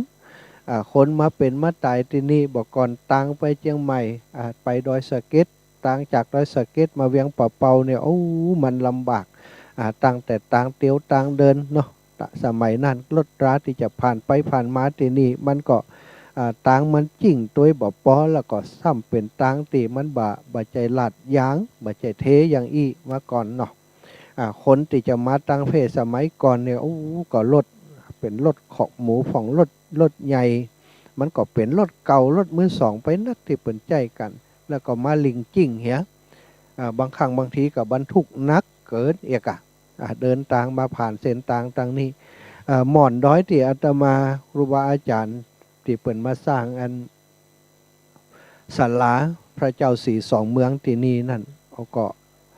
สูงพอสมควรบักก่อนเนี่ยรถเตียวขึ้นมาเนี่ยมาติสูงระดับหม่อนด้อยตั้งบนนี่เลยบัดเดียวนี่เปิ่นคูดลงไปเนาะคูดลงไปตั้งหลุมนี่ก็เขาเดินขึ้นมาตั้งบนนี่ก็ปออิฐสถานทั้งหลายเดินขึ้นมาปออิฐแต่เป็นคูดตัดลงไปแสดงว่าบักก่อนนั้นมันจะจิ้งปันใดเนาะพอจิ้งแล้วก็ลดขึ้นมาบ่ได้ก็เกิดถอยพ่องไอยังพ่องประสบอุบัติเหตุหรือว่าขาลงก็มีขาลงมันจิ้งมันชันน้ำหนักก็เบรกก็เหยียบเบรกกันไปเพราะเบรกไม่เบรกเสียมันก็บังคับบ่อยู่ก็ลงเหวตกลงไปคนก็ตายจริงๆแล้วมันเป็นเรื่องของความแบบปลอดภัยของรถของรามากกว่าแล้วก็ความแบบปลอดภัยของถนนในสมัยนั้นมากกว่าแต่คนก็เชื่อว่าโอ้เนี่ยผีสางนางไม้เปิ่นเนี่ยเปิ่นฆ่าเปิ่นเอาคนไปอย่างอันอย่างอีกสุดท้ายบ่มีสิจะโตดไผก็ไปโตดที่แม่นางแก้วตึงซึ่งจริงๆแล้วไผก็บ่เคยหันเปิ้นไผก็บ่เคยหันเปิ้นเป็นเรื่องตีเล่ากันปลามาว่าจะนั่นเนาะสร้างเป็นตัวตนสร้างเป็นบุคคลตีมาทำลายชีวิตของมนุษย์ว่าเอาไปเป็นถาดเอาไปเป็นคนเอาไปเป็นอับใจเปิ้นจะอันจะอีกเป็นความเจือติท่านเจ้าคุณครูบาอาจารย์เปิ้นหันว่าโอ้มันบ่ถูกตางเปิ้นก็เลยเอาจวนกันสร้างกับท่านเจ้าคุณพระเทพวิสุทธิคุณตอนนั้นเปิ้นเป็นเจ้าคณะอำเภอดอยสะเก็ดเนาะเปิ้นอยู่ติดเชียงใหม่เปิ้นมาฮับเป็นเจ้าคณะอำเภอที่นี่หรือว่าชื่อของเปิ้นแต่ก็กุศลคันธวโรอีเนาะท่านพระกุศลคันธวโรก็จวนกันการสร้างที่นี่ก็ได้สร้างศาลาพระเจ้าสีสองเมืองเอาพระเจ้าสีสองเมืองมาประดิษฐานไว้เพื่อจะดึงศรัทธาญาติโยมกำหน่อยให้มาสนใจตั้งพระพุทธศาสนาเอาพระพุทธพระธรรมพระสงฆ์เป็นสารณะที่พึ่งจากวันนั้นถึงวันนี้เนาะสิ่งที่ครูบาอาจารย์เปิ่นสร้างติดสำเร็จไปก็มีติบัติสำเร็จไปก็มีอย่างเช่นตั้งใจจะสร้างพระธาตุสีสองเมืองเนี่ยก็ตั้งโครงหลังไว้วางฐานไว้แต่ก็บ่สามารถจะสร้างสำเร็จได้เนื่องจากเป็นช่วงที่ครูบาอาจารย์เปิ่นก็อายุนักหนามาแล้วก็บ่มีไผต่อยอดกำกึดของเปิ่นก็เลยได้ล่างไปก็มีครูบาอาจารย์หลายรูปหลายองค์ช่วงหลายปีที่ผ่านมา10-20 ปีที่ผ่านมาก็กึดจะจ่วยก็กึดจะเนี่ยจะป้ากันเนี่ยกันสร้างแต่มันก็บ่พอดีสักเตือเดี๋ยวอันนั่งแบบพร้อมเดี๋ยวอันนี้แบบพร้อมเดี๋ยวก็คนนั่นคนนี้ก็ยกเลิกกันไปเลิกล้ากันไปก็มีหลายข้างหลายคราด้วยกันศรัทธาญาติโยมทั้งหลายจนมาถึงปีนี้พศนี้เนาะคิดว่าทุกสิ่งทุกอย่างมันพร้อมเนื่องจากว่า ครูบาอาจารย์แต่ละรูปแต่ละองค์เปิ่นก็มาหันว่ามันควรจะเนี่ยควรจะสร้างควรจะพัฒนาควรจะปรับปรุงถนนหนทางที่เปิ่นแปลงจากเชียงใหม่มาเวียงป่าเป้าจากเวียงป่าเป้าไปดอยสะเก็ดอย่าง4 เลนกว้างลึกเรียบร้อยไปแล้วส่วนตีตั้งโบนตีตั้งพระธาตุตีตั้งศาลาพระเจ้าสีสองเมืองนี่ ก็ยังซ้อมสออยู่ยังไม่ได้รับการพัฒนาเปิ่นมาหันมาอู้มาจากันแล้วก็มันมีมติรวมกันประชุมปรึกษาหารือโดยมีตังพระสงฆ์องค์สังฆเจ้าตึง2ฝั่ง2ฝ่ายฝั่งตังเจียงใหม่อำเภอดอยสะเก็ดตั้งแต่หลวงป่อเจ้าคณะอำเภอมาหลวงป่อร้องกันมาซึ่งก็มาพัฒนาสถานที่นี่กันอยู่เป็นประจำอยู่เลยเดี๋ยวเฉพาะในเรื่องของการรักษาต้นน้ำลำธารที่นี่อย่างที่ได้ฟังกับท่านพระครู ชนละทานนะท่านพระครูชนละทานพิทักษ์หรือวัดตุ้ลุงแดงเอาเป็นพระสงฆ์องค์สังฆเจ้าติมีความกระตือรือร้นในการพัฒนาวัดวาอารามตลอดถึงอนุเคราะห์สงเคราะห์ศรัทธาญาติโยมดูแลในเรื่องของสิ่งพิทักษ์รักษาสิ่งแวดล้อมต้นน้ำลำธารของตั้งเจียงใหม่ของตั้งเวียงปะเป่าตั้งเจียงไฮ้ของเขานี่ตีดอยนางแก้วหรือว่าพระธาตุหม่อนพระศรีสองเมืองตีนี้เนี่ยเป็นป่าต้นน้ำศรัทธาญาติโยมตั้งหลายต้นน้ำขุนแจเนาะอุทยานแห่งชาติขุนแจมีน้ำมีเป็นต้นน้ำของแม่น้ำหลายสายไหลลงไปตั้งเจียงใหม่ตั้งดอยสะเก็ดนี่ดูแลหล่อเลี้ยงพี่น้องเกษตรกรตั้งฝั่งของเจียงใหม่แล้วก็อีกส่วนหนึ่งก็ไหลลงไปตั้งเวียงป่าเป่าเจียงไฮ้ทำให้เกษตรกรพี่น้องเจ้าไห่เจ้านาได้ทำให้ทำนาครูบาอาจารย์เปิ้นก็หันว่าถ้าวันหน้าเฮาบ่รักษาต้นน้ำลำธารบ่รักษาต้นไม้ไว้บ่รักษาต้นน้ำไว้เนี่ยวันหน้าเกิดการบุกรุกเข้ามาเพราะถนนหนทางมันเจริญบุกลุกป่าต้นน้ำมาแม่น้ำก็จะเหือดแห้งต้นน้ำลำธารของเฮาต้นไม้ต้นไม้ใหญ่ๆที่อยู่บนอุทยานนี้ก็จะถูกทำลายไปเพิ่นก็หานว่าถ้าบ่ช่วยกันอนุรักษ์รักษาเอากุศโลบายทางพระพุทธศาสนามาทำนั่นวันหน้าวันตามาก็จะบ่มีต้นน้ำหรือว่าบ่มีต้นไม้ให้กับลูกกับหลานท่านเจ้าคุณได้ได้ปรารภให้กับลูกศิษย์ลูกหาตลอดถึงเปื่อนร่วมงานในสมัยนั้นฟังว่าเฮามารักษาตั้งบนเนี่ยบ่ฮือล่มอยู่5อย่างต้นไม้บ่ฮือล่มต้นน้ำบ่ฮือล่มเนาะต้นไม้ต้นน้ำซึ่งเป็นสิ่งเป็นว่า5อย่างบ่ฮือล่มเนาะต้นไม้ต้นน้ำต้นคิดต้นแบบต้นทุนที่มารวมกันคิดกันสร้างกันทำนี่ไปฮือมันล่มทำตั้งบนนี่คือเป็นต้นแบบคือมันเป็นตัวอย่างคือมันเป็นต้นทุนคือลูกคือหลานต่อไปในอนาคตอุดมคติอันนี้ถูกส่งต่อมาถึงครูบาอาจารย์รุ่นลูกรุ่นหลานโดยเฉพาะที่เคยร่วมงานกับหลวงป่อท่านพระครูท่านเจ้าคุณเนาะท่านเจ้าคุณสุนทรท่านเจ้าคุณเทพวิสุทธิคุณนี่คณะที่เปิ่นได้มาบูรณะหรือว่ามาสร้างตอนนั้นมาสร้างเนาะศาลาพระเจ้าสี่สองเมืองครูบาอาจารย์ตอนนี้เป็นตุปูเป็นตุลุงของศรัทธาญาติโยมทั้งหลายได้เป็นสามเณรน้อยยังได้จ่วยเปิ่นอยู่นั่นก็คือท่านพระครูชลทานพิทักษ์ตุลุงแดงก็ได้มาขนศิลาแรงขึ้นมาอยู่เดินขึ้นมาสมัยก่อนลำบากท่านพระครูเปิ่นบอกแล้วก็ตุลุงท่านพระครูปฏิภาณธรรมทินหรือว่าตุลุงดอยของเขาก็ยังได้มาจ่วยเปิ่นซึ่งก็เป็นหัวเรี่ยวหัวแรงในการคิดการสร้างในครั้งนี้แต่ถึง2ท่านมาดูแลรับผิดชอบมาเป็นภาระหน้าที่เป็นผู้นำคือกับลูกคือกับหลานคือกับครูบาอาจารย์ท่านอื่นๆได้เดินตามกันปีน้องศรัทธาญาติโยมก็เลยได้มีโอกาสเนาะทำบุญสุนทรทานงานใหญ่ในครั้งนี้ร่วมกันค่ำคืนที่ผ่านมาอาตมาได้นั่งฟังครูบาอาจารย์เปิ่นสนทนาในเวทีอูจ๋าสนทนากันถึงความเป็นไปเป็นมาในการทำงานตั้งแต่อดีตจนถึงมาบูรณะปฏิสังขรณ์ฟื้นฟูในยุคปัจจุบันนี้ตันพระครูตุลุงดอยพระครูปฏิภาณธรรมทินก็ได้ถึงเรื่องที่เป็นแรงบันดาลใจฮือได้กึดได้สร้างฮือได้มาพัฒนาที่นี่เพราะว่ากึดถึงบุญคุณของครูบาอาจารย์ที่เปิ่นสร้างไว้แล้วก็มันร่างราไป แล้วลูกรุ่นหลานเกิดขึ้นใหญ่หน้ากาบานขึ้นมามีปุญญาปารมีขึ้นมาก็จะอยากจะสร้างสิ่งเหล่านี้เพื่อจะเป็นบุญเป็นกุศลส่งไปให้ครูบาอาจารย์ตยแล้วก็เป็นการรักษาอุดมคติของครูบาอาจารย์เปิ้นไว้แล้วก็ให้ลูกให้หลานได้ชื่นชมบุญญาบารมีได้ร่วมด้วยช่วยกันต่อไปเนี่ยก็คือสิ่งที่ตุลุงเปิ้นได้คิดว่าเราควรจะมาช่วยกันเนี่ยกันสร้างป้าศรัทธาญาติโยมสร้างสมบารมี และอีกคำหนึ่งที่ได้ยินแต่คืนที่ครูบาอาจารย์พระครูชนทานพิทักษ์ได้อูไปบอกว่าได้จำกำหนึ่งที่ท่านเจ้าคุณท่านมหาทรัพย์นรินทร์โทท่านเจ้าคุณสุนทรปริยัติวิกรมเนี่ยได้กล่าวไว้ได้อูไว้ว่าคนเฮาเนี่ยมีกำลังวังชามีปุญญาปารมีบ่ทำหยังบ่สร้างบุญญาปารมีต่อสร้างแต่วัตวะของตัวเก่าบ่แผ่ผายใยบุญไปหือกับตีอื่นตีควรจะทำทั้งติดตัวมีความสามารถก็บัดต่างอย่างกับมาสินทบมาตีมีกำลังแรงกล้าสามารถวิ่งได้วันหนึ่ง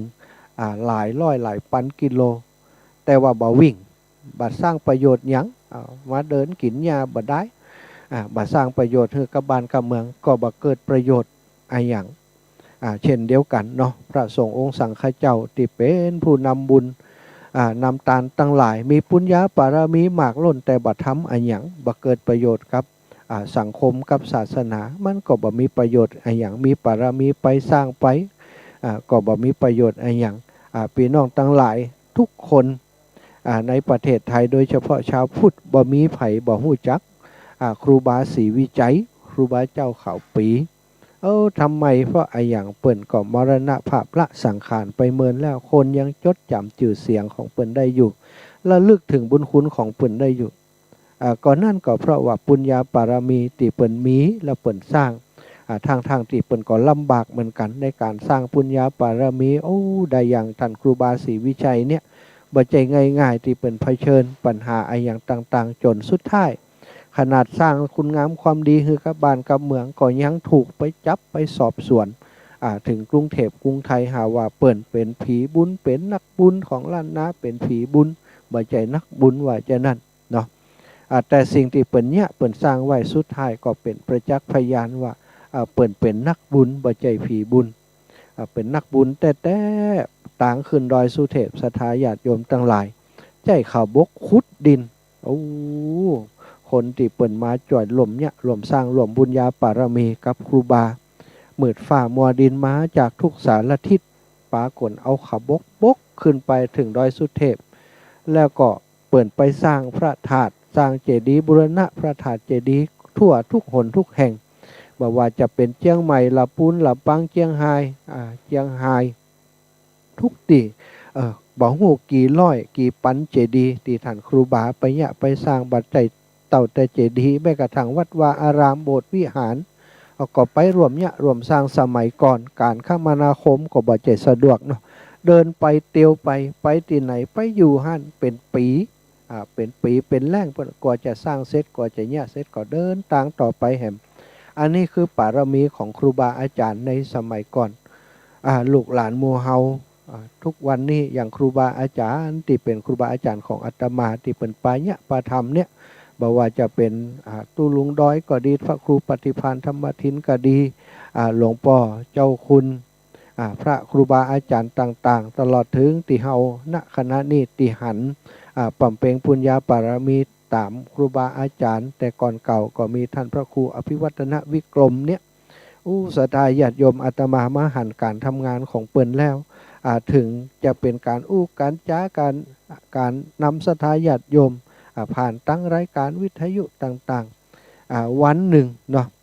การจัดรายการวิทยุของครูบาอาจารย์นั่นถ้าวันละชั่วโมงก็ดีก็มีเวลาว่างไปอย่างอื่นพ่องแต่ทุกวันนี้ที่อาตมาได้ดูงานที่พระอาจารย์เปิ้นทำเนี่ยวันหนึ่ง 3-4 ชั่วโมงศรัทธาญาติโยมไปบ่ปศาสนกิจตั้งอื่นแหมไปปฏิบัติศาสนกิจตั้งศาสนาตั้งอื่นแหมศรัทธาญาติโยมที่ได้ฮู้จักกิตติศัพท์ชื่อเสียงของเปิ้นก่อนนิมนต์ไปงานบ่ว่างานเล็กงานใหญ่ก็ไปหมดวันบ่ได้ว่างได้เว้น ภารกิจเลยกลับมาถึงวัดถึงวาหรือว่าบางทีบ่ได้อยู่วัดอยู่ว่าก็จัดรายการวิทยุแหมอูจาคือกำลังอกกำลังใจศรัทธาญาติโยมนำพระธรรมคำสั่งสอนขององค์ชินวรสัมมาสัมพุทธเจ้ามาเผยแผ่ตลอดเวลาอันนี้ก็คือปารมีที่ครูบาอาจารย์เปิ่นสร้างไว้พอดีประจบเหมาะกับตีเปิ่นก็เป็นคนตีเวียงป่าเป้านี่โดยเป็นคนไปอยู่ที่เชียงใหม่โดยแล้วก็ผ่านเส้นทางสายนี้ตลอดในยุคแรกๆที่เปิ่นสร้างการครูบาอาจารย์ก่อนเปิ่นก็ว่าเปิ่นยังบ่เกิดกำเตือด้วยซ้ำไปบ่ได้มีส่วนร่วมในการสร้างตรงนี้แต่บุญญาปารมีที่ครูบาอาจารย์เปิ่นเนี่ยเปิ่นสร้างไปนั้นทำให้ท่านพระครูท่านเปิ่นสัมผัสได้ถึงเจตนาอันดีงามถึงสิ่งที่ครูบาอาจารย์แต่ก่อนเก่าเปิ่นอยากจะสร้างแต่มันบ่สำเร็จพอดีเปิ่นก็ทำงานด้านการเผยแผ่แล้วก็มีศรัทธาญาติโยมมีเครือข่ายที่สามารถจะทำตรงนี้ได้ก็มารวมสารพลังเนาะสารพลังกับเจ้าของพื้นที่ถึง2อำเภอเนี่ยมาสารพลังมาช่วยเหลือมาสนับสนุนซึ่งก็การสารพลังของครูบาอาจารย์ครั้งนี้ก็ทำให้หมู่เฮาเจ้าขาดทั้งหลายที่เป็นเครือข่ายขื่นสีขาวก็ได้มีโอกาสมาร่วมสร้างปุญญาบารมีกับเปิ้นมาหันสิ่งที่เปิ้นเนี่ยเปิ้นสร้างศรัทธาญาติโยมทั้งหลายยิ่งเนี่ยไปยิ่งทำไปเนาะก็เกิดพลังร่วมขึ้นมานักหนาอย่างที่จังหวัดลำปางเนี่ยความจริงอยู่ห่างออกไปนะแต่อาตมาพออยู่ที่พื้นที่จังหวัดลำปางได้รับเมตตาจากครูบาอาจารย์ก็เปิ้นได้ช่วยเฮาก็ว่าเฮามีอย่างเฮาก็จะต้องช่วยเปิ้นอย่างจังหวัดลำปางตอนนี้อาตมาก็มีลูกศิษย์ลูกหามีคนที่ฮู้จักเปิ้นเป็นผู้ดูแลสถานีวิทยุต่างๆน้องอนุพงษ์ตาจินะเนี่ยน้องดิวนี่ก็จวนกันว่าอนุพงษ์ดิวสถานีวิทยุบัดเดี๋ยวนี้ที่ลำปางของเฮาเนี่ยเฮาจะช่วยกันขยายเนาะเพื่อจะให้โอกาสตั้งครูบาอาจารย์ได้นำพระธรรมคำสั่งสอนไปเผยแผ่ตั้งสถานีวิทยุคลื่นต่างๆให้นักขึ้นคือเป็นประโยชน์นักขึ้นก็ได้มาแห่ม2สถานีรวมกันก็เป็น3สถานีเฉพาะในพื้นที่ของแม่เมาะแม่ทะเกาะขาในเมืองลำปางเนาะก็มีสถานี 106.50 เมกะเฮิรตซ์ตอนนี้ก็ถ้าจะเปิดละนะ106วิทยุเพื่อการศึกษาวัดบุญญาวาสวิหารแล้วก็คลื่น103สวิทยาลัยสารพัดช่างแล้วก็96เนาะ95กับ96ของแม่เมาะเนาะวิทยาลัยสารพัดช่างเทคโนโลยีของแม่เมาะเปิ้นก็พอแม่เมาะที่ท่านพระอาจารย์สาธิตเปิ้นดูแลอยู่แต่ก่อนก็เป็น 2-3 สถานีแล้วก็ติตั้งศพปราบแหมตั้งเสริมงามอย่างต่างๆติในเครือข่ายของคุณดารุณีที่เปิ้นมอบเวลามาฮือถวายเวลามาฮือกับครูบาอาจารย์นั่นก็ออกอากาศขยายไปแต่โอกาสตั้งหน้าก็ขยายจะตั้งใจว่าจะขยายไปแหมซึ่งในลำปางตอนนี้อาตมาพยายามก็จะเชื่อมเครือข่ายเชื่อมศรัทธาพี่น้องที่เปิ้นฟังรายการอยู่คือเป็นเครือข่ายญาติธรรมเหมือนกับตังโยมแม่โยมป่อโยมแม่ตีทำอยู่ตีเมืองฝางก็ดีตีเวียงป่าเป้าเชียงไฮ้ตีตังหลับปูนเชียงใหม่ของเฮาหลายเครือข่ายที่เปิ้นรวมบุญกันเป็นสะพานบุญช่วยเหลือกั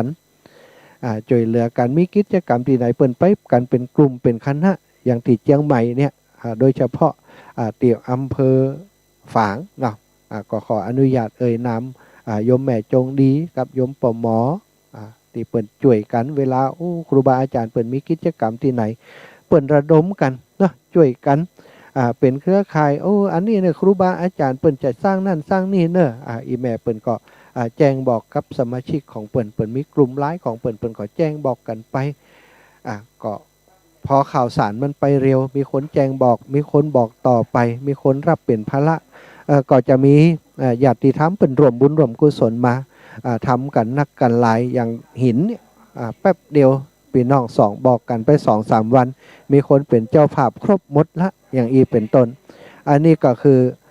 เครือข่ายญาติธรรมที่ช่วยกันเนาะ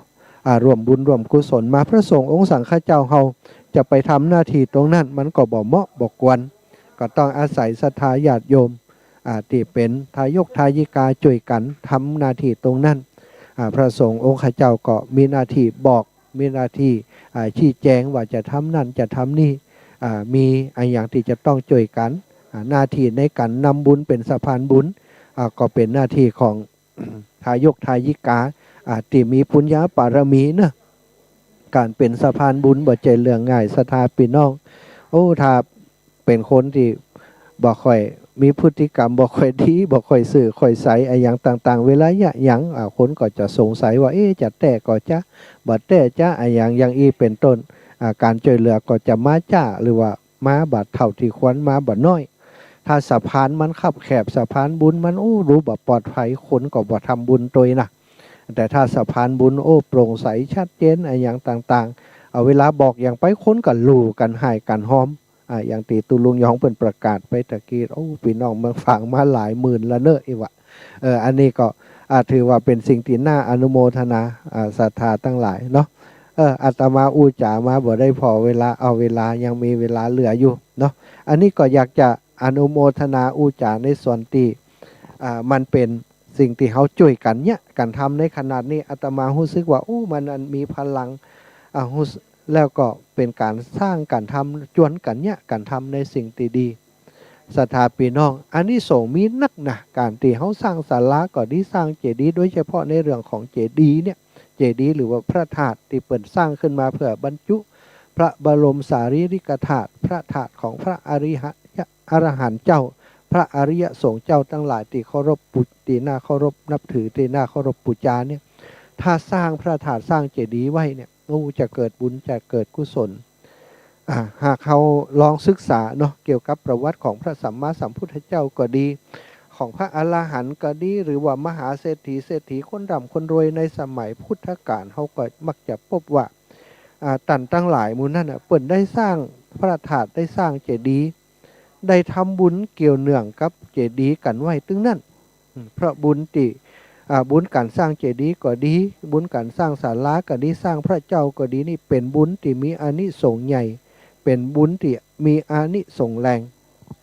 เปิ่นบอกว่ามันจะส่งผลนับจัดบัดท้วนมีส่วนสำคัญอย่างเช่นที่พระสัมมาสัมพุทธเจ้าของเฮาพี่น้องทั้งหลายศรัทธาทั้งหลายเปิ่นได้บรรลุสัมมาสัมโพธิญาณนี่ก็จากการที่ว่าเปิ่นในหลายจัดที่เปิ่นเกิดมานะเปิ่นก็ได้สร้างพระธาตุสร้างเจดีย์บูชาพระพุทธเจ้าที่เกิดก่อนเปิ่นเนี่ยเปิ่นก็สร้างบูชาอย่างชดินเศรษฐีนี่ก็รวยถึงขนาดนี้มีภูเขาทองคำสูงถึง80 ศอกก็เพราะว่าได้เอาหม้อทองคำไปบรรจุไว้ในเจดีย์ที่บรรจุพระบรมสารีริกธาตุศรัทธาพี่น้องทั้งหลายพระปุรินถูปิยะเถระในจาดสุดท้ายท่านได้เกิดในครอบครัวที่เป็นสัมมาทิฏฐิมีศรัทธาในพระสัมมาสัมพุทธเจ้าเป็นอย่างมากท่านได้บรรลุอรหัตผลตั้งแต่อายุ7 ขวบอดีตจาดของเปิ่นก็ได้ก่อเจดีย์บูชาพระบรมสารีริกธาตุแล้วก็ได้บูชาทุกเจ้าทุกเย็นนี่พี่น้องทั้งหลายแล้วก็ที่เฮาฮู้จักกันพระมหากัจจายนะที่มีผิวพรรณวรรณะพุทธผ่องใสเป็นอัครสาวกของพระสัมมาสัมพุทธเจ้าที่สามารถบรรยายธรรมได้อย่างลึกซึ้งในอดีตชาติเพิ่นก็ได้สร้างร่วมบุญเพิ่นได้สร้างถาดเจดีย์เหมือนกันเนี่ยอุบาสิกาเสสาวตีนี่ก็เช่นเดียวกันหลังจากที่ได้ละจากโลกสวรรค์เพิ่นก็ซึ่งมีวิมานทองสว่างไสวก็ได้โปรดเครื่องประดับทองคำเอาไปทำบดินกีเนาะอดีตชาติทำบดินกีนี่นะเอาเครื่องประดับของเปิ่นที่เป็นทองคำเนี่ยไปทำเป็นบดินกีทองไปใส่ไว้ที่เจดีย์พระธาตุบอกว่าตอนนั้นเนี่ยเปิ่นก่อถาดกันเอาทองคำก่อศรัทธาพี่น้องปรากฏว่าขาดบดินกีอยู่ก้อนเดียวนางอุบาสิกาคนนี้ได้หู้ว่าอันเฮามีเครื่องประดับอยู่ก็เลยเอาไปหลอมไปรวมกันเป็นบดินกีเอาไปบรรจุในพระธาตุนั้นก้อนเดียวทำให้พระธาตุนั้นสำเร็จเป็นพระธาตุที่สมบูรณ์แบบ ด้วยบุญอันนั้นนางจึงได้ไปเกิดสวรรค์เป็นวิมานทองสว่างสวัยรุ่งเรืองอยู่ในสวรรค์ฉะนั้นปู่ย่าตายายของพี่น้องหมู่เฮาทั้งหลายครูบาอาจารย์แต่บรรพบุรุษเปิ่นก็จวนกันเนี่ยกันสร้างถาดเจดีย์เนี่ยนะเพราะหันว่ามันมีบุญมีกุศลนักศรัทธาพี่น้องจะหันว่าวัดวาอารามต่างๆโดยเฉพาะในภาคเหนือของเฮาเนี่ยส่วนใหญ่เนาะส่วนมากก็จะมีพระธาตุมีเจดีย์กันอยู่กูวัดกูวาบางทีเปิ่นก็ไปสร้างตามหม่อนตามดอยไกลหมู่บ้านไกลชุมชนเพื่อจะให้เจดีย์นั้นตระหง่านสง่าอยู่อย่างเจดีย์ตีพระธาตุดอยสุเทพก็ดีตีเป็นสัญลักษณ์ของตังเจียงใหม่เป็นเจดีย์ตีไผก็อยากจะไปกราบไหว้สักการะบูชาพระบรมสารีริกธาตุตีเขาเปิ่นมาสร้างตีนี้เปิ่นก็จำลองจากตีพระธาตุดอยสุเทพแล้วก็ได้อิฐได้มวลสารได้วันนาเปิ่นก็จะได้พระบรมสารีริกธาตุมาบรรจุไว้เป็นหัวใจของพระเจดีย์ตีนี่ตัวพี่น้องทั้งหลายนี่ก็แสดงว่าเขาได้รวมกันเนี่ยกันสร้างสิ่งที่ยิ่งใหญ่สิ่งที่สำคัญเนาะเหตุผลอย่างอีเนาะจึงทำให้คนในสมัยบาเดียวเนี่ยขวัญขวายครูบาอาจารย์ที่เปิ่นมีปุญญาปารมีก็พยายามจะส่งเสริมจะปะกันสร้างสิ่งที่ดีอย่างอีเนื่องจากบุญในการสร้างเจดีย์ทำให้เกิดทำให้คนทั้งหลายได้บุญได้กุศลอย่างที่อาตมาว่ามาเนี่ยมันเป็นบุญเป็นกุศลนักศรัทธาพี่น้องคราวครั้งนี้ที่เขาได้ช่วยกันเนี่ยกันสร้างเนาะก็ร่างสร้างแปลงสิ่งเหล่านี้ก็ถือว่าเป็นประวัติศาสตร์ละเป็นประวัติศาสตร์ที่เขาจะได้ร่วมการทำพระธาตุเจดีย์ไว้แล้วเขาจะได้มีบุญมีกุศลร่วมกันไปเนาะร่วมกันไปกับครูบาอาจารย์ที่เปิ่นเนี่ยเปิ่นสร้างกันอาตมาภาพก็อนุโมทนาบุญกับพี่น้องตึงว่าตั้งเจียงใหม่ลำปูนพี่น้องตั้งเจียงไฮ้ตั้งแปดตั้งน่านเนาะที่เปิ่นฟังรายการอยู่ตั้งพะเยาเนี่ยอาตมาก็มีญาติโยมตั้งพะเยาเปิ่นโทรมาหาเปิ่นจะร่วมบุญกับครูบาอาจารย์ติดต่อครูบาอาจารย์บ่ได้ก็ติดต่อโทรไปหาอาตมาก็ได้เอาเบอร์บัญชีธนาคารของพระธาตุสีสองเมืองที่พระเจ้าสีสองเมืองบ่อนสีพระสีสองเมืองนี่ก็เปิ่นไปก็มีเอาบัญชีของพระครูปฏิภาณธรรมทินเปิ่นก็มีบางครั้งบางทีก็เป็นสะพานบุญศรัทธาญาติโยมพี่น้องที่เปิ่นอยู่ใกล้ชิดติดเคียงกับอาตมาได้มีโอกาสได้ร่วมบุญร่วมกุศลกับเปิ่นวันก่อนครั้งก่อนตีมาก็ศรัทธาพี่น้องตีบ้านตกหัวจ้างบ้านหัวตรงสามัคคีเปิ่นก็ได้ร่วมบุญมาเนาะหลายคนด้วยกันแม่ยายล่าแม่ยายเมยแม่ยายดาตีตั้งพี่น้องบ้านสีมวดเก้าก็มีโยมปล่อยเจริญพร้อมกับลูกๆหลานๆของเปิ่นก็ร่วมบุญมาตีอาตมาเมื่อวันที่9มาย้ายลบที่โสมนี่คนเมืองปานคนเมืองปานศรัทธาพี่น้องเปิ่นก็ให้หอมมาหลายรอบละแม่ย้ายลบแม่ย้ายคำนี่เนาะแม่ยายคำนี่เป็นญาติเนาะเป็นโยมแม่ของอาตมาก็ร่วมบุญมากันที่นี่พี่น้องตั้งเมืองปานเนอะก็เดี๋ยวหลังจากที่อาตมาภาพออกรายการแล้วเนาะ5 โมงออกรายการไปก็โทรมาได้เนอะอันนี้ก็ประชาสัมพันธ์ไปจิมถ้าไม่ย้ายโลกฟังอยู่ตอนนี้นะฟังรายการอยู่ตอนนี้ก็เดี๋ยวถ้าอาตมาออกรายการไปแล้วสัก5 โมงป่ายก็โทรมาเนอะวันก่อนโยมแม่ฝากมาว่าฝากหอมกับน้ำกับไฟอันนี้ติจำได้ก็มีหอมกับน้ำกับไฟคือท่านพระครูอภิวัตนวิกรม200เนาะแล้วก็ถวายท่านสามเณรรัก100แล้วก็จำมาได้ว่าจะเป็นวัดพระบาทกระจายนะที่เปิ่นสร้างพระธาตุปุ่นกระจาแหมตะไดนะแล้วก็จะถวายไผ่แหมเนอะแม่ย้ายลบถ้าฟังรายการอยู่ตอนนี้แม่ย้ายลบก็ดีแม่ย้ายแก้วก็ดีพี่น้องตั้งเมืองปานศรัทธาญาติโยมตั้งเมืองปานตั้งบ้านตรงปงเนอะไผ่จะให้จะหอมครูบาอาจารย์อย่างต่างๆก็โทรมาบอกอาตมาเพ่ก็ได้ก็เดี๋ยวหลังออกรายการก็ไปแล้วก็โทรมา080-8844-173นะญาติโยมตั้งลำปางก็ได้เนอะ080-8844-173ฝากหอมนะอันนี้นะ หมายความว่าอีแม่จะฝากหอมเนอะแต่ว่าห้ามโทรมาตอนนี้เพราะมีมือจดหลังจากที่ออกรายการไปแล้วก็โทรมาจะได้จดว่าอีแม่ชื่อหยังจะหอมจะได้จะหอมพระธาตุก็จะหรือว่าจะถวายกาน้ำกาไฟกับครูบาอาจารย์จะถวายท่านพระครูอภิวัตรกาตุลุงยองกาหรือว่าท่านสามเณรลักษณ์พระครูปฏิพันธ์ธรรมทินหรือว่าครูบาอาจารย์รูปอื่นๆในเครือข่ายก็โทรมาบอกเนอะจะได้จดไว้ไม่ย้ายลบเนอะถ้าฟังอยู่ก็เดี๋ยวก็โทรมาหลังออกรายการไปแล้วก่อนไม่ย้ายลบไม่ย้ายแก้วไม่ย้ายน้อยไม่ย้ายแรงมูลนิธิเปิ่นหอมมาประจำเนาะอาตมาเดินทางทางนี้บ่ได้แวะบ้านเฮาบ่ได้แวะบอกว่าจะมาทางเพศเปิ่นจะอาจจะบ่ได้เตรียมตัวแต่ถ้าตั้งใจว่าอยากจะให้จะหอมเปิ้นก็โทรมาบอกเนาะโทรมาบอกก็จะจัดการฮือเนอะจัดการฮือก็อนุโมทนาบุญไปถึงโยมแม่โยมแม่ไหลเนาะโยมแม่ดีก่อนเนอะโยมจากจังหวัดพะเยาพุ่นนะศรัทธาทั้งหลายโยมแม่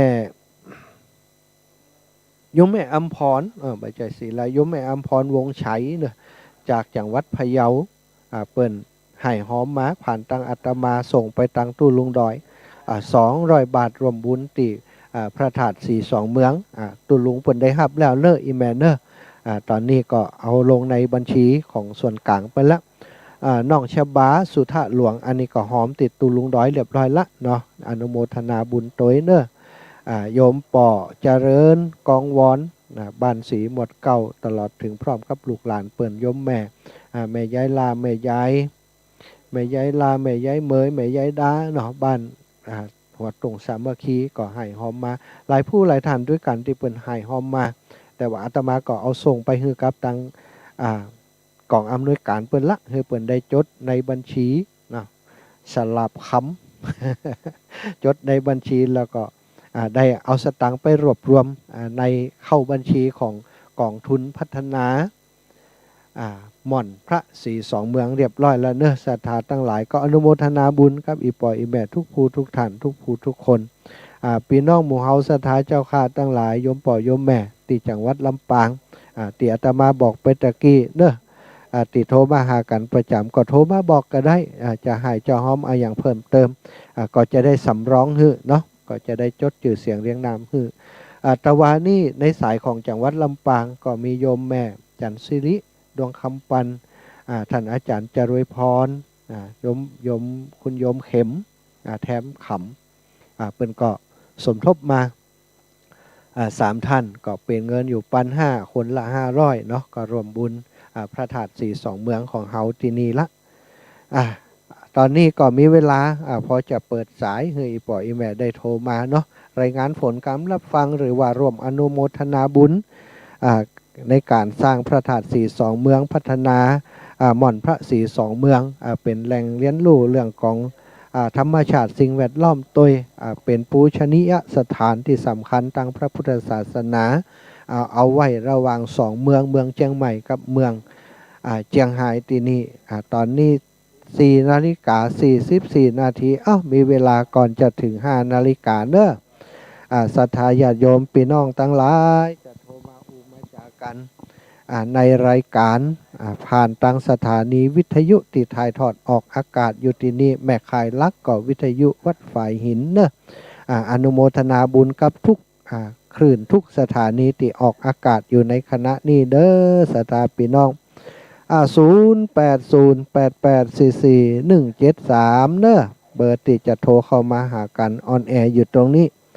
0808844173โทรมามาจ๋าออกอากาศไปเสียงชัดเจนดีก็ได้ไปฟังจากที่ไหนได้รับข่าวสารครบบริบูรณ์แล้วยังอีเนาะอยากจะห่วมบุญกับพระธาตุ42เมืองที่ครูบาอาจารย์เปิ่นปาญะปาสร้างนี่จะได้ก็โทรมามาจ๋ากันเนาะแหมสักกามเนี่ยก็ตอนสัก5 นาฬิกาครูบาอาจารย์เปิ่นก็จะมีรายการต่อเนื่องไปแหมเจริญปอ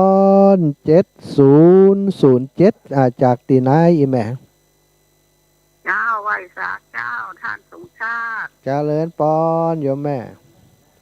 แม่เจ้าโยมไม่น้อยกัดนะเจ้าเนาะไปขี่โทรหาคุณลุงยองอย่างสั้นประกันนะเจ้า อ๋อ ขออนุญาตอ่ะวันกล่อมน้อยหนึ่งเลยเจ้าเนาะ จ้า วันนี้เล่นนอเมปอตังหลายติดต่อเจ๊งหายตีดอยนางแก้วจ่าโยมพิบาลปลดล็อกมาแล้วตีดอยนางแก้วสองเมืองคนพัฒนามันลุงเรืองเจดีสองเมืองเขตต่อเนื้อเจ้าใครจะทำบุญปีน้องหนุนเท่าขอเจอเนื้อเจ้าตามเจตนาวันนี้ก็ตั้นเมปอตะทามีเจตนาของบุญเขาตีทอปอสออเวงปากเป่า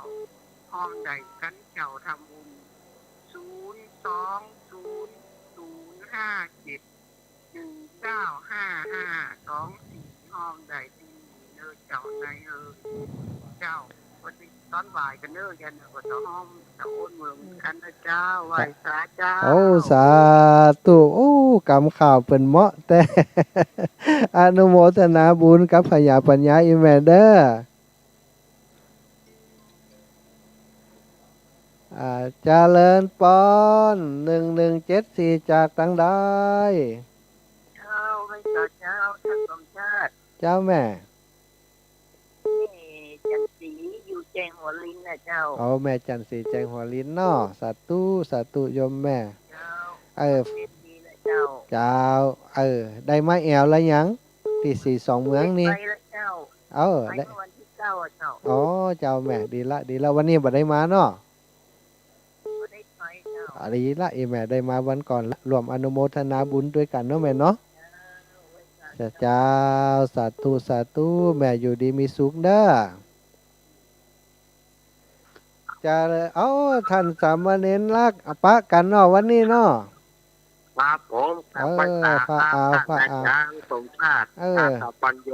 ครับผม คือเติงหาหน้าที่มานอนจอยหนาวด้วยกันเพ่ ครับแต่เดี๋ยวก็ประมาณสัก6 โมงไปผมก็จะออกไปแล้วครับ โอ้สาธุล้อกันอยู่เด้อครับผม แม่ยายตั้งหลายก็ฝากซองมาหลายซองทำมาจะยึดเห็นนะ ครับ แม่ยายลบก็ฝากซองมาฮือนี้เนี่ยซองนักอุ่นจุนเนี่ย ครับครับผม เดินทางโดยสวัสดิภาพเด้ออาจารย์พระเอาลักสาธุขอบคุณกำลังใจ ครับ สาธุโอ้พระเอาลักก็จะมาละ6 โมงจะออกเดินทางว่า6651จากไหนโยม มา แม่ สการเจ้า จ้าสาธุอ้าว จะมาสการเจ้า ได้เงินละรายงานตัวเด้อจากไหนจ้าหา โอ้ย ตั้งปูนบ่ได้ยินล่ะ โอ้ ตั้งถ้าจะฟังตั้งเพศก็ต้องปิดวิทยุก่อนเสียงมันนั้นเสียถ้าฟังวิทยุนี่มันจะบ่ฮู้เรื่องกันละวิทยุมันจะจ้ากว่าที่เฮาอู้โทร ได้ ศัพ ยิน ท์เนาะ ดีกว่าเจ้า โอ้ได้ยินโยมจะดีอ่ะเสียงเจ้าเนี่ย อ๋อนมัสการนะเจ้าจากหลังการแม่สาวอำเภอแม่อายเจ้า โอ้จ้าได้มาแอวแล้วยัง เจ้าให้กำลังใจแน่ สา ฟัง ธุ กูองค์นะเจ้า สาธุเนอะมีความสุขความ นมั เจ ส ริ การ ญ นะ เน เจ้า อะ ให้กำลังใจเจ้า สาธุโยมแม่สีทอนว่าจะได้โยมแม่ จะไม่สาเจ้าท่านหา เจ้าคนใช้ประกันได้มาด้วยเปิ่นก่อนนี่วันนี้ เจ้าไม่ได้ไปเซ็นเฟิร์นขออนุโมทนาสาธุแต่นะ โอ้ เจ้า แต่อีก็ได้ละแม่ และก็หอมบุญไปแล้วเจ้าหอมไปแล้วเจ้า ดีกะเจ้าชัดเจนดีแน่ท่านมหา สาธุโยมแม่สาธุเจริญสุขเจริญธรรม เจ้า แม่เนอะ สาธุเจ้า จ้า0808844173 ครับนมัสการครับท่านมหาสมชาติครั สา บ ธุเจริญปอน ผมตุลุงบานิดเนอะ เจริญปอนใส่ตุลุงอย่างไรบ่ได้บันทึกไว้ตุลุง เสียงวัดลงเหมือนคนบ้านกันเลยเจริญปอนเลยนะท่าน ไว้ มาเนาะ ไว้สาอันอย่างโยมโทรหานะกะ 8:15ผมจะเคลื่อนรถออกจากสำนักสงฆ์ไปแล้วเนอะ เอาเล่นใจเคลื่อนเอากะ บักครับก็ เออ เคลื่อนมีอยู่ เคลื่อนเอาลอกกิ่งได้อย่างตุลุงยองว่านั่นแหละท่านมหาวันนี้ศรัทธาญาติโยมที่เป็นสายบุญของทั้งวัดสำนักสงฆ์ของบุญของฮอมนี่ เอาล่ะ 4-5 ปันเดี๋ยวก็หา โอ้ ถึงหินถึงทรายเนาะ เออ ก็ ดี อย่าง จ้ะ ซองไปหม้อพระหามย่างก็ถวายครับวัดอันตุลุงยองตัวแล้วก็ถวายท่านพระครูอภิวัฒนะเมกรมโดยวันนี้ปะกันเนอท่านมหาเนาะ สาธุจะได้กราบไว้สาธุลุงละเด้อ ครับกราบนมัสการท่านมหาสมชาติ เดิ นะ น ค ทาง รั ปลอดภัย บ ครับ เดินทางปลอดภัยสวัสดีภาพครับตุลุงเจริญปอนโยมแม่อุ้ยสายคนเสมิงหนาวก็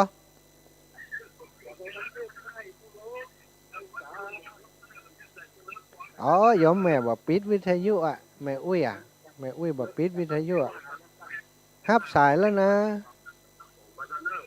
โอ้รับปิงล่ะรับปิงจะปิดสายเห็นแล้วนะแม่อุ้ยโทรมาใหม่อาจจะไม่ได้ยินเสียงเขาเนาะได้ยินยัง ไม่ขาไปสาจ้า นั่นครับว่ามาว่าอย่าง ว่าจังไร มันเสียงซ้อนกันนักได้ ถ้าอีแม่เปิดวิทยุมันเสียงซ่อนนะอีแม่ปิดได้ยังอ่ะ อันนี้ไม่อุ้ยอิน จ้ะแม่อู้เลย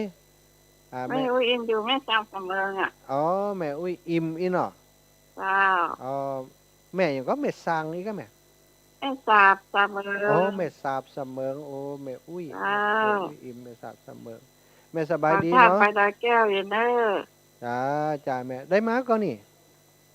โอ้อยู่ไก่อ่ะบ่มีเปิดไปตัวเนาะ เอาส่ง อา เสียง ยุ มา 80แล้วไปประเทศมาถึงแล้วก็หาท่านมีไปตัวอ่ะ นี่ก็มาแล้วนี่บัดเดียวนี่อยู่ที่ดอยนางแก้วออกอากาศอีแม่มาถึงนี่แล้วเหรออนุโมทนาบุญกับเปิ่นก็ได้บุญแล้วแม่เนอะ เจ้าไอ้สาเจ้า สาธุเจริญสุขเจริญธรรมโยมแม่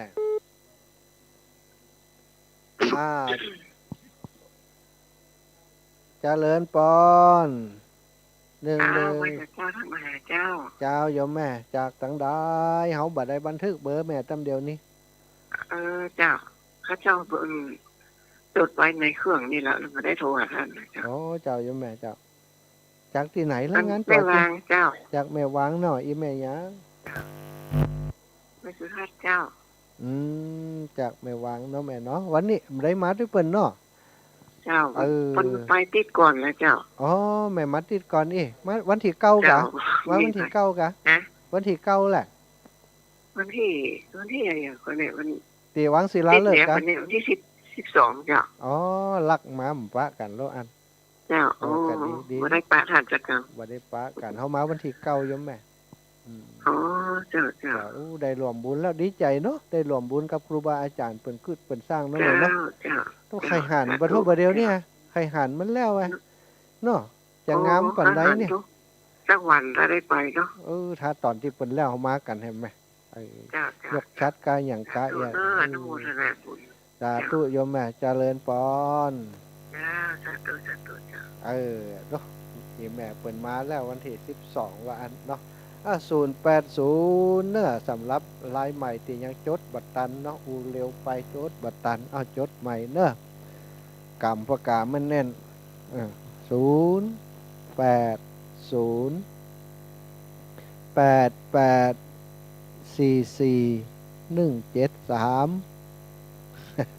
ครูบาอาจารย์จมว่าท่านมหาบอกเร็วเป็นจดบัตรตัน08088444173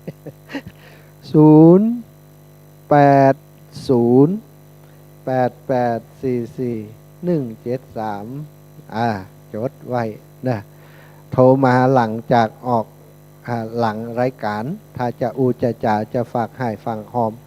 ก็โทรมาหลังจากที่ออกรายการไปละเนาะก็โทรมาเด้อตอนนี้พี่น้องตั้งลำปางเมืองปานฝากไปถึงพี่น้องตั้งเมืองปานพี่น้องตั้งแจซ่อนแม่คำมวนก็ดีแม่ฉลาดก็ดีอีปอตีอยู่ตั้งแจซ่อนตีอยู่ตั้งเมืองปานอาตมาเดินทางมาบ่ได้แจ้งบอกคือล่วงหน้าแล้วก็บ่ได้แวะหาเนาะบางท่านก็บอกว่าถ้าเดินทางไปท่านแจ้งจิมเนอร์จะรวมหายหอมมาอีนะ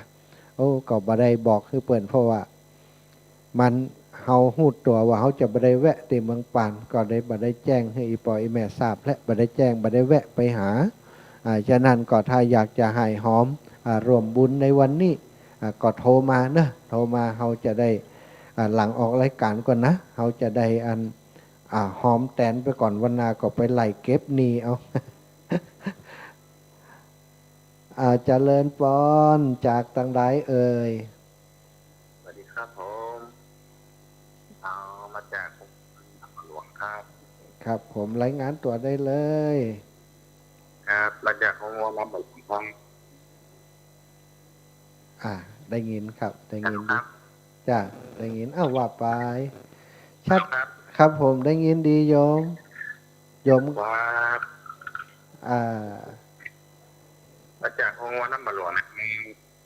ครับผมครับ ได้มาแอวแล้วยังหม่อนพระศรีสองเมือง เกิดไปฐานละครับ อ๋อจ้ะขอบ ครั คุ บ ณ ผม เป็นกำลังใจกันเด้อขอบคุณครับ จ้า แล้วแต่ จ้ะอนุโมทนาบุญตัวจ้ะเจริญปอนเสียงท่านจะขาดให้หายโยมเปิ่นก็ขาดให้หายไปเปิ่นมั่นใจว่าเสียงตั้งเพศได้ยินก่อยนะได้ยินเปิ่นจัดดีนะขอบคุณโยมเนอติโทรมาถ้ารายงานตัวชัดเจนบางทีอย่างตะกี้เนี่ยเปิ่นบ่ได้รายงานตัวเฮานึกว่าเป็นโยมเจริญปอนไปโอ้เป็นตุลุงมานิดว่ะ สู่มาอภัยจิมญาติโยมที่โทรมาตอนนี้หมดเวลาที่จะโทรละเนาะหลังจากออกรายการไปแล้วก็เดี๋ยวก็โทรมาถือโอกาสบอกเบอร์โทรศัพท์แห่มกำกันละกันเพื่อบางคนเปิ่นฟังอยู่อยากจะโทรมาร่วมบุญนะบางทีเบอร์ของครูบาอาจารย์รูปอื่นก็บ่ได้จดไว้แต่อยากจะทำบุญที่เปิ่นสร้างพระธาตุสีสองเมืองที่นี่มาเบอร์นี้ก็ได้เนอะ0808844173เนาะ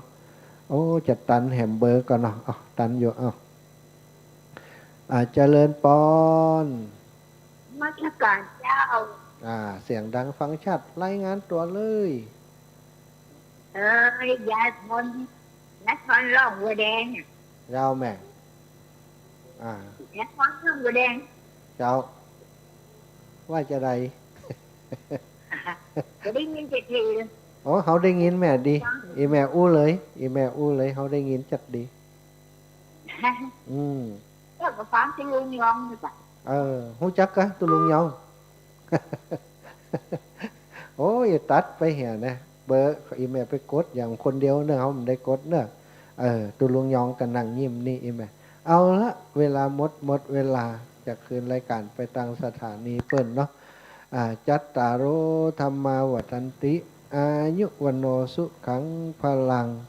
อีปออีแม่แฟนรายการทุกผู้ทุกท่านมีความสุขความเจริญสุขเจริญธรรม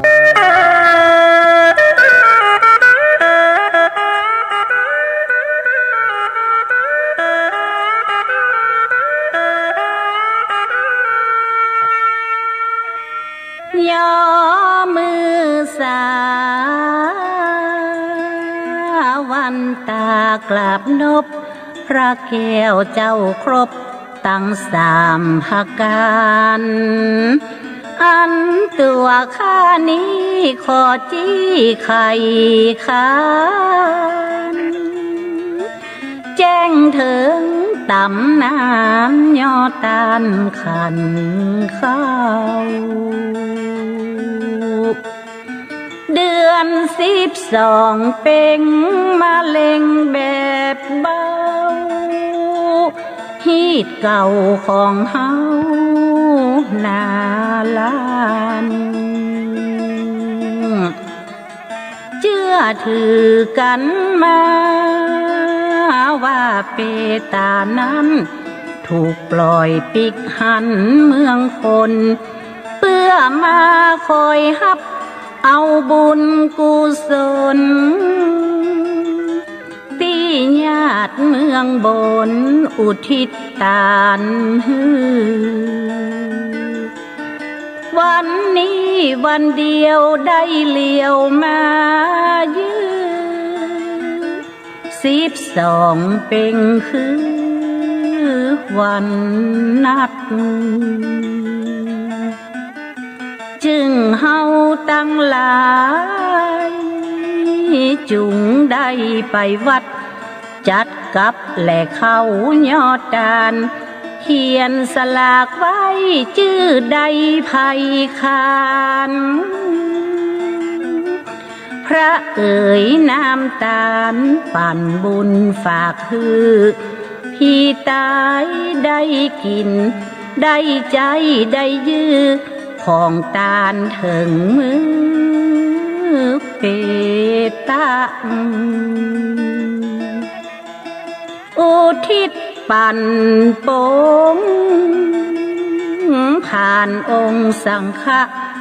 เปตะชื่นจอยยินดีลางถึงกาละปนอาเวจีสู่ฟ้าธานีสวรรค์แห่งห้องควรเฮายิ่งใจอย่าได้ขาดข้องสืบพี่ทำน้องน้อมรับกตัญญูตา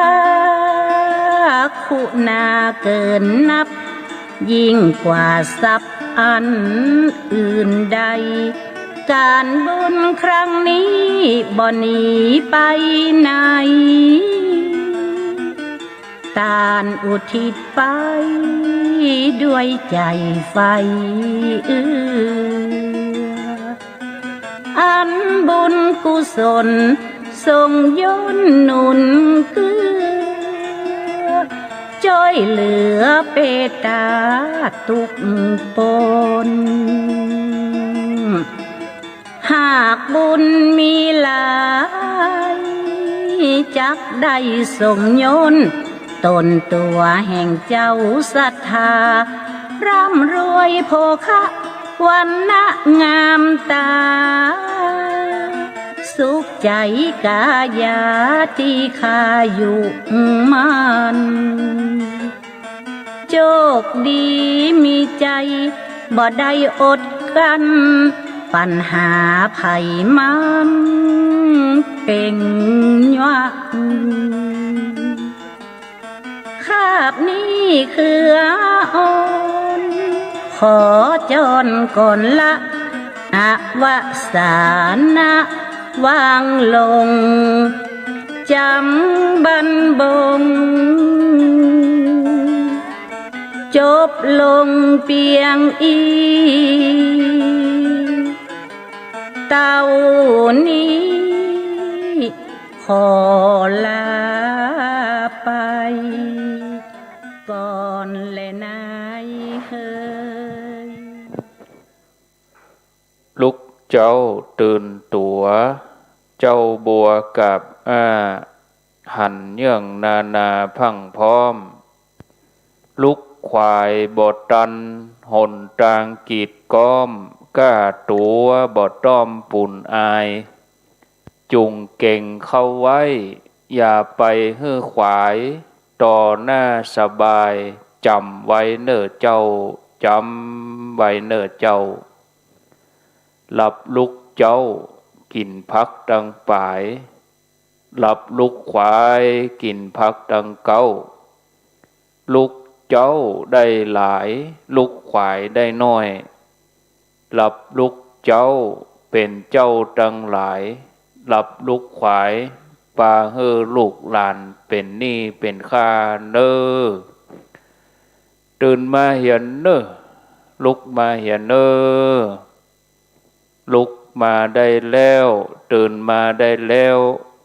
ญาติโยมท่านสาธุชนท่านทั้งหลายขอนอบน้อมเอาคุณพระแก้วเจ้าทั้งสามประการอันมีพระพุทธพระธรรมพระสงฆ์คุณพ่อคุณแม่คุณครูบาอาจารย์คุณศีลธรรมกรรมฐานจงมาปกห่มรักษาครูบาอาจารย์พระเจ้าพระสงฆ์ทุกรูปปกห่มรักษาบ่ออกไม่ออกศรัทธาต้นสาธุชนคนดีปู่อุ้ยแม่อุ้ยนักศีลนักบุญ เท่าแก่น้อยใจยิงตั้งหลายทุกท่านขอถวายความเคารพครูบาอาจารย์เจ้าที่อยู่บริเวณม่อนพระศรีสองเมืองณเวลานี้อันหมายมีท่านพระครูชลทานพิทักษ์วัดแม่ห้องไคท่านชัยวัฒน์นาคเสโนหรือว่าตุลุงยองแล้วก็ท่านอาจารย์จำนันหรือว่าครูบาศรีหมื่นวัดสันกูทองตลอดจนถึงหลวงพี่หลวงน้องตลอดจนถึงเจ้าหน้าที่ฝ่ายเทคนิคเจริญปอนทีมงานของวัดไฟหินการถ่ายทอดเสียงในวันนี้อนุโมทนากับสถานีวิทยุทุกคลื่นทุกที่ทุกแห่งอรุณสวัสดิ์ธรรมสวัสดีแห่มสักกรรมประมาณ10 นาทีหลังจากที่เก้ากับผมอาตมาภาพได้นำเข้ารายการเรียบร้อยแล้วก็จะได้กราบนิมนต์แล้วก็เชิญชวนศรัทธาญาติโยมทุกคนทุกท่านได้ร่วมกันทำวัดเจ้าเจริญพุทธมนต์วันนี้นอกจากจะทำวัดเจ้าเจริญพุทธมนต์แล้วก็จะได้ร่วมกันสวดมาติกาได้สวดอภิธรรม7 คัมภีร์แผ่เมตตาอายัญจโขวันนี้เป็นวันเดือน12ออก13 ค่ำพร่ำว่าเป็นวันอาทิตย์ที่19เดือนกันยายนพุทธศักราช2564เวลาตอนนี้ตี5กับ7 นาทีอรุณสวัสดิ์ญาติโยมบางท่านก็ลุกตั้งแต่ตี2ตี3อาตมาก็นอนใกล้เครื่องเสียงมาลุกจำเป็นต้องลุกโดยพลขับหนูขับในไปอย่างนั้นก็บรรยากาศก็ดีญาติโยมอากาศสัปยะอุณหภูมิก็ตอนนี้ที่ม่อนพระศรีสองเมืองเช็คพออุณหภูมินี่ก็สภาพอากาศ21 องศาที่นี่กูเตื้ออยู่วัดนี่เขาเปิดเครื่องปรับอากาศ24นี่เขาเย็นแล้วนะอันนี้21 องศามาพอท่านพระครูชลทานพิทักษ์หรือว่าท่านพระครูแดงแต่คืนเพิ่นบอกว่าเพิ่นขี้หนาวแต่มาพอมาเจ้านี่ผ้าก็บะตุ้มอาตมานี่ปอหนาวเท่าใดใส่ให้2 ชั้น หมวกก็มีถุงเท้าก็มีอากาศดีญาติโยมเนอะบนนี้ก็ฟังท่านชัยวัฒน์หรือว่าตุลุงได้จัดรายการตี3ถึงตี4ช่วงที่2ตี4ถึง5 โมงก็เป็นท่านสมชาติชาตปัญโยได้มาช่วยประคับประคองเวลาสลับซับเปลี่ยนกันวันนี้ในอำเภอเวียงป่าเป้าของเราก็มี2 กิจกรรม3 กิจกรรมบวก 1กิจกรรมแรกก็ที่วัดสันมะเข็ดได้บรรจุอัฐิกระดูกที่ได้บรรจุพระธรรมราชานุวัตรพระเดชพระคุณพระธรรมราชานุวัตรอดีตเจ้าคณะภาค6อดีตเจ้าวาดวัดพระแก้วพระอารามหลวงวันนี้ตั้งพี่น้องศรัทธาตั้งสันมะเข็ดก็ดีโดยเฉพาะลูกศิษย์ลูกหาพระเดชพระคุณพระธรรมราชานุวัตรจะได้ไปร่วมกันที่วัดสันมะเข็ดโดยส่วนหนึ่งก็ตำบลเวียงกะลงเป็นส่วนใหญ่ตลอดจนถึงลูกศิษย์ลูกหาของพระเดชพระคุณซึ่งพระเดชพระคุณพระธรรมราชานุวัตรท่านพื้นเพท่านเป็นคนเวียงป่าเป้าเป็นคนตำบลเวียงกะหลง แล้วก็ไปอยู่ในเวียงเจียงไฮ้ไปอยู่ในเมืองเจียงไฮ้ก็เริ่มดำรงตำแหน่งพระสังฆาธิการเป็นเลขานุการรองจังหวัดเป็นรองจังหวัดจนถึงได้เป็นพระราชคณะแล้วก็เป็นพระผู้ปกครอง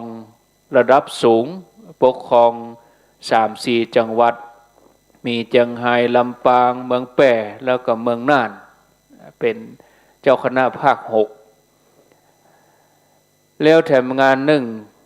ก็เป็นงานเปิดป้ายฉลองสมโภชป้ายวัดพระธาตุกูเบี้ย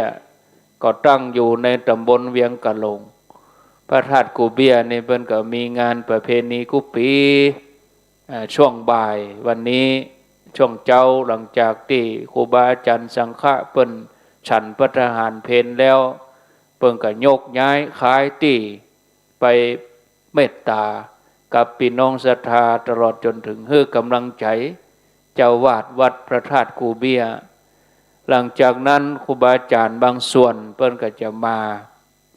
ในม่อนพระศรีสองเมืองซึ่งกิจกรรมที่ม่อนพระศรีสองเมืองนี่ก็บ่พอมีอย่างเป็นศาสนพิธีเท่าใด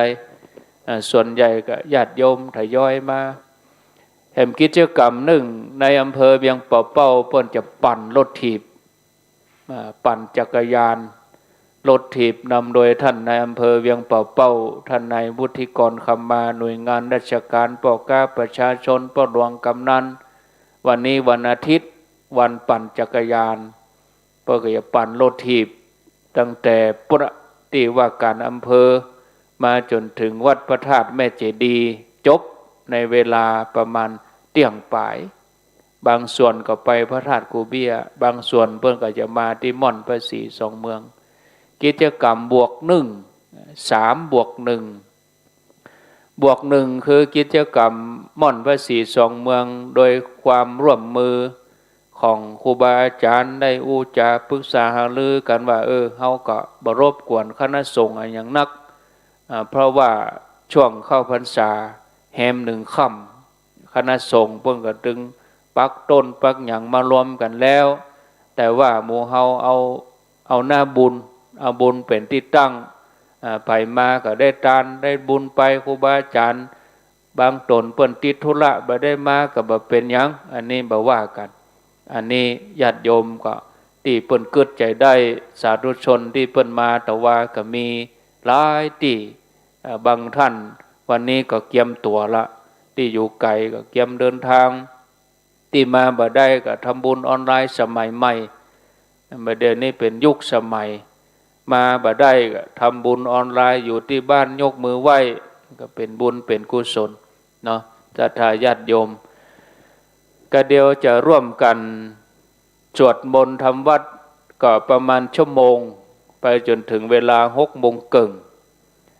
18:30แล้วก็อาตมาภาพก็จะมาขั้นรายการประมาณครึ่งชั่วโมง7:00 นก็นิมนต์ท่านชัยวัฒน์ได้อู้ไปรอพระทหารเจ้าถ้าพระทหารเจ้ามาก็เปลี่ยนกับท่านสมชาติเปลี่ยนคนใดคนหนึ่งตนนั้นฉันตนนั้นก็อู้ตนนั้นอู้ตนนั้นก็ไปฉันแล้วเราไปฉันพร้อมกันแล้วก็เสียงวิทยุมันดับไปนะเอาละเนอะศรัทธาญาติโยมตอนนี้ก็ใกล้เวลาดีจะได้ร่วมกันสวดมนต์ทำวัดเจ้าก็จะได้ยกเสียงนี้ขึ้นไปตังบนนิมนต์ท่านชัยวัฒน์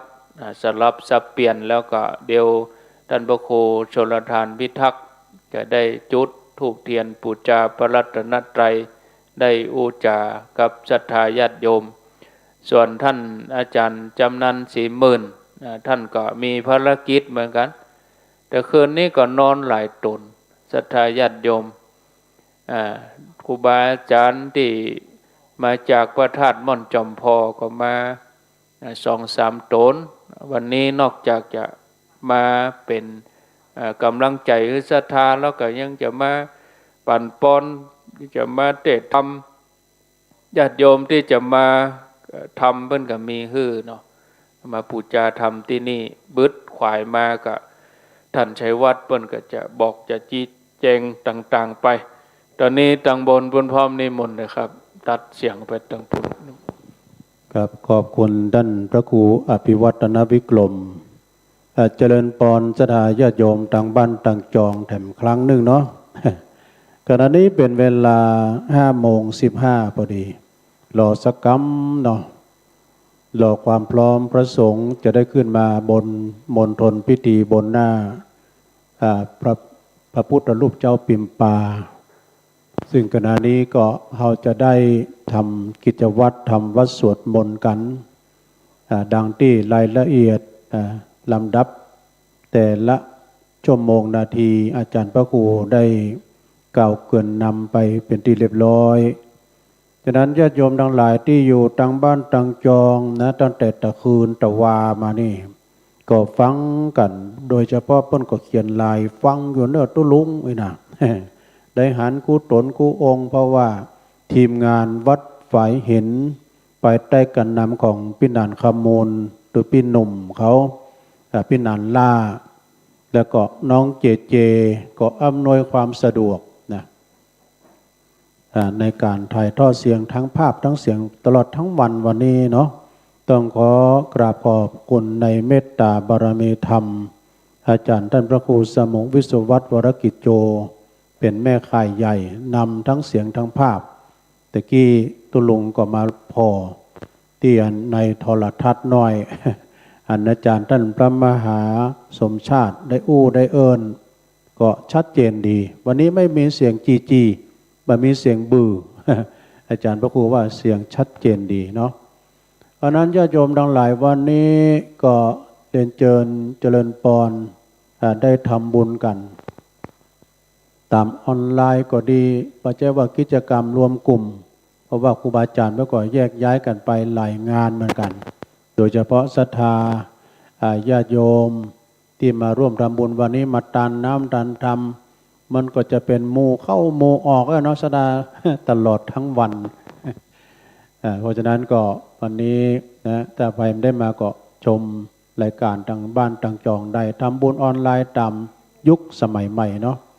วันนี้จะได้เวลานะครับเนาะกราบไหว้สาเมตตาบารมีธรรมครูบาอาจารย์ได้เมตตาขึ้นตั้งบนนะครับเนาะโดยเมตตาบารมีธรรมอาจารย์ท่านพระครูชลทานพิทักษ์นะซึ่งเป็นประธานในเจ้านี้ตุยนะครับอาจารย์ครูบา40,000แต่กี้ปุถุพยาลืมง่ายเด้อ เปิ้นตั้งอกตั้งใจซื้อเต็นท์สนามเต็นท์อันนี้เป็นเต็นท์ทหารซ้ำนะเอาคือมันได้ตะอี้เด้อ ตัวพี่หนุ่มก็พี่หลานล่าก็พยายามเอาจนได้ทีแรกครูบาเพื่อจะเอาใส่ตัวเนี้ยเว้ยเอาโยงเสียรถไปเลยมาดึงเป็นว่าพยาลืมง่ายได้ตัวเอาเข้าเอาออกเนี่ยนะปัญหาพระพุทธเจ้าเลยได้ โอ้นั่นแหละก็แต่คืนแล้วก็อย่างอาจารย์พระครูว่านะรับดีประเมินคืนก่อนนั้นมัน2 ก้อ 2 ตนเนาะ มาดำ2 ตัวแต่คืนแล้วนี่อบอุ่นดีเนอะแล้วก็รับดีตัวโอ้แต่คืนแล้วพี่น้องศรัทธาบ้านไก่กันมาจอดรถที่ตีนดอยเตียวขึ้นมา ตัวพี่หนุ่มเลยลุกมาปั่นปอนเพิ่นมาตานน้ำถึง2 แพ็คก่อนนึกว่า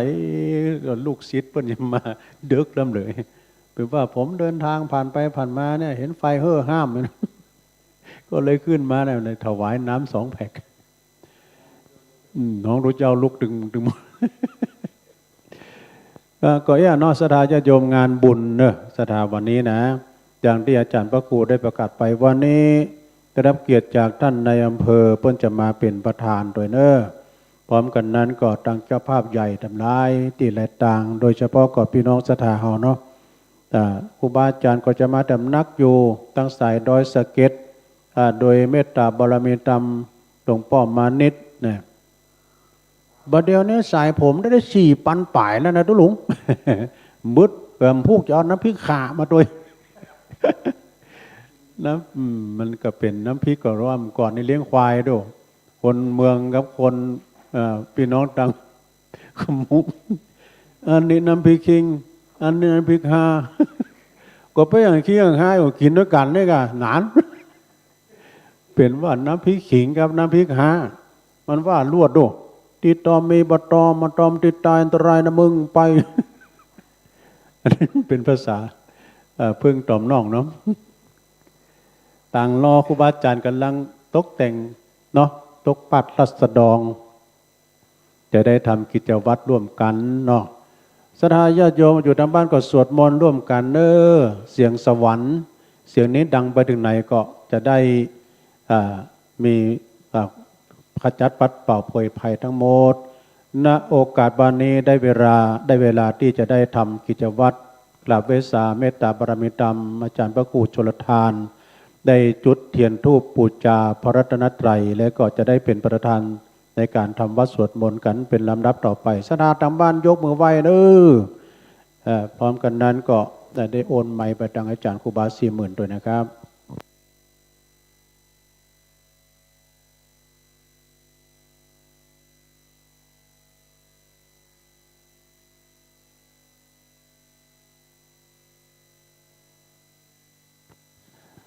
ตอนนี้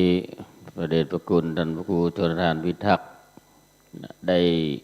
จุดเทียนธูปบูชาพระไตรระลึกนึกถึงพระมหากรุณาธิคุณพระปัญญาธิคุณพระบริสุทธิคุณขององค์พระสัมมาสัมพุทธเจ้าหมู่เฮาเจ้ากาทั้งหลายที่จะรับฟังอยู่ต่างบ้านต่างจองก็ร่วมสวดมนต์ด้วยกันนะตอนนี้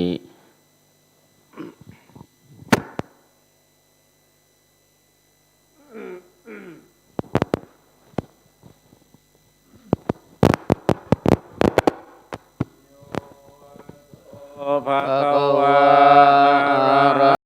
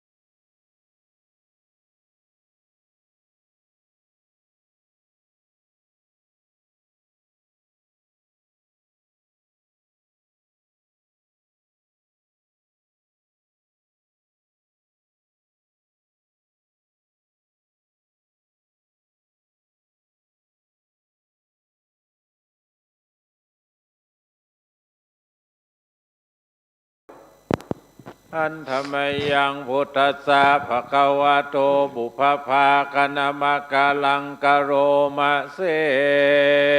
นะโมตัสสะภะคะวะโตอะระหะโตสัมมาสัมพุทธัสสะนะโมตัสสะภะคะวะโต อะระหะโตสัมมาสัมพุทธัสสะนะโมตัสสะภะคะวะโตอะระหะโตสัมมาสัมพุทธัสสะหันธรรมยังพุทธาภิทุติงกโรมะเสโยนโสตถาคโตอะระหังสัมมาสัมพุทโธวิชาจารณะสัมปันโนสุขโตโลกวิทูอนุตตโรปุริสธัมมัสสาลา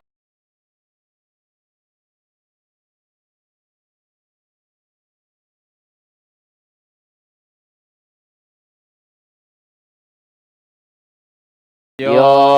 อิมังโลกังสเทวกังสมารากังสัพพะ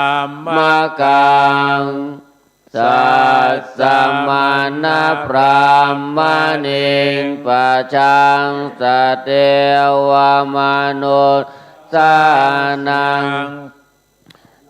อภิญญาสัจจิกัตวาปเวเทสิโยธัมมังเทเสสิอาทิกัลยานังมัจเจกัลยานังโยสานากัลยานังสัตตังสัพยัญชนะเกวราปริปุนังปริสุทธังพระมจาริยังปกาเสสิตามังภะคะวันตังอภิปูชยามะตามังภะคะวันตังศีลาสานามามิอันธรรมยังธรรมาภิทุติงกโรมะเสโยโสสวากาโตภะคะวะตาธัมโมสันเดติโกอากาลิโกเอหิปัสสิโกโอปันนายิโกปัจจัตตังเวทิตาโปวินยุงเหตามังธรรมังอภิปูชยามิตามังธรรมังศีลาสานามามิอันธรรมยังสังฆาภิทุติงกโรมะเสโยโสสุปฏิปันโนภะคะวะโตสาวกสังโฆโอชุปฏิปันโนภะคะวะโตสาวกสังโฆยายาปฏิปันโนภะคะวะโตสาวกสังโฆสามีจิปฏิปันโนภะคะวะโตสาวกสังโฆยะทิทางจัตตาริปุริสายุกานิอัตตปุริสบุคลาเอสะภะคะวะโตสาวกสังโฆอาหุนายโยปาหุนายโยตักขินายโยอัญชลิการณิโย อนุตตรังปุญญเกตังโลกัสสะตามหังสังฆังอภิปูชยามิตามหังสังฆังศิลาสานามามิอันธรรมยังรัตนาตยาปนามคาทาโยเจวาสังเวคาปริกิตนาปาทัญจะพนามเสพุทโธสุสุโตการุณามหันนาโวโยจันตสุตาปารายนาโลจโนโลกัสสะปะปุปะกิเลสคาตะโกวันดามิพุทธังอามาทะเลนะตังธัมโมปฏิโปวิยยะตัสสะสะทุโนโยมาคาปะกามาตะเปทะปินนะโกโลกุตตะโลโยจัตถาตถิปโนวันดามิธัมมังอามาทะเลนะตังสังโฆสุกิตาปยาติเกตสัญญิโตโยติทาสันโตสุขตานุโพธโกโลลาปายโนอริโยสุเมธาโสวันดามิสังฆังอามาทะเลนะตังอิเจวะเมวะกันตาวิปุจนายกังวัตุตายังวันตายาตาปิสังกตังปุญญังมายายังมาสะภูปัตตวามาหุนตุเวตัสสะปะภาวะสิทธิยาอิตาตถาคโตโลเกอุปันโนรังสัมมาสัมพุทโธธัมโมจะเทสิโตนิยานิโกปาลินิพานิโกสัมโพธกามิสุขตาปเวทิโตมายันตังธรรมังสุตตวายเอวังชนามาชาติปิทุกขจาลาปิทุกขมาลานามปิทุกขังโสกปริเทวทุกขโทมนัสสุปายาสาปิทุกขังอาปิเยหิสัมปโยโกทุโกปิเยหิวิปโยโกทุโกยามปิชานาลาปฏิตัมปิทุกขังสังกิเตนะปัจจุปทานาขันธาทุกขังสยาติตังโลโปปารานาคันโดเวทานุปารานาคันโดสัญโยปารานาคันโด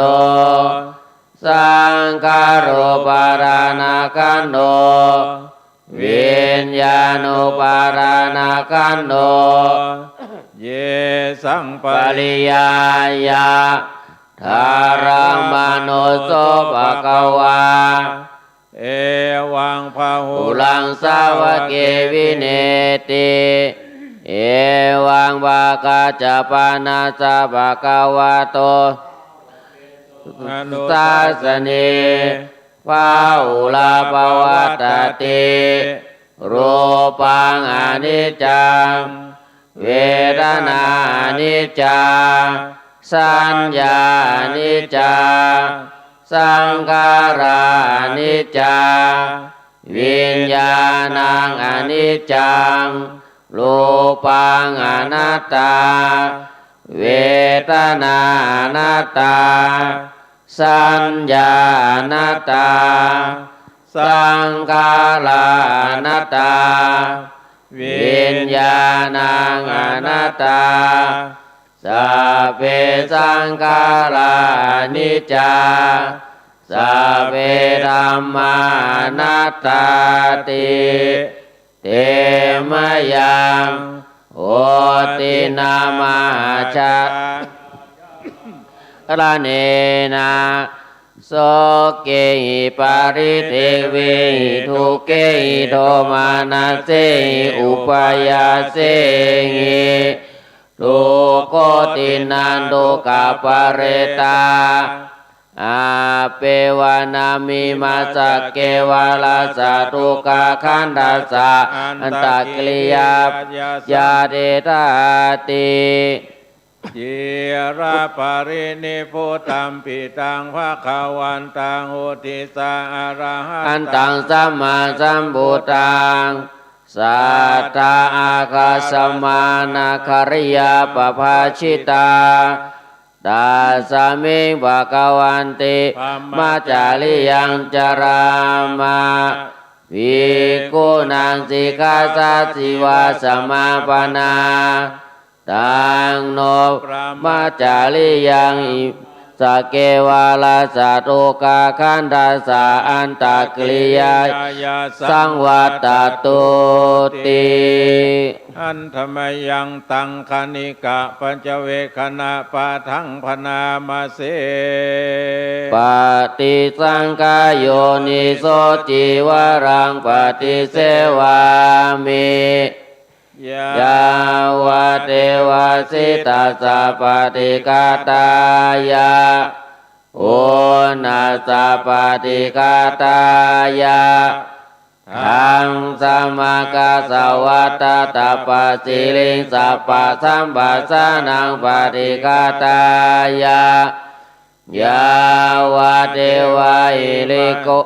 ทาปฏิชาทานาทังป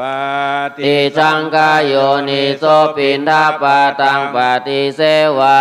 มิเนวะทวายานามาทายานามันดานายานาวิปุสนายายาวะเทวะอิมัสสกายาสติติยายาปนายาวิหุงสุปารติยาพระมจาริยาโนกาหายาอิติปุรานันจะเวทานังปฏิหังกามินะวันจะเวทานังนาอุปาเทสามิยา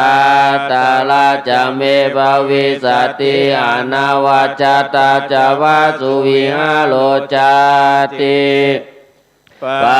ฏิสังกายโยนิโสเสนาสนังปฏิเสวามิยาวะเทวะสิตัสสะปฏิกาตายะโอนัสสะปฏิกาตายะ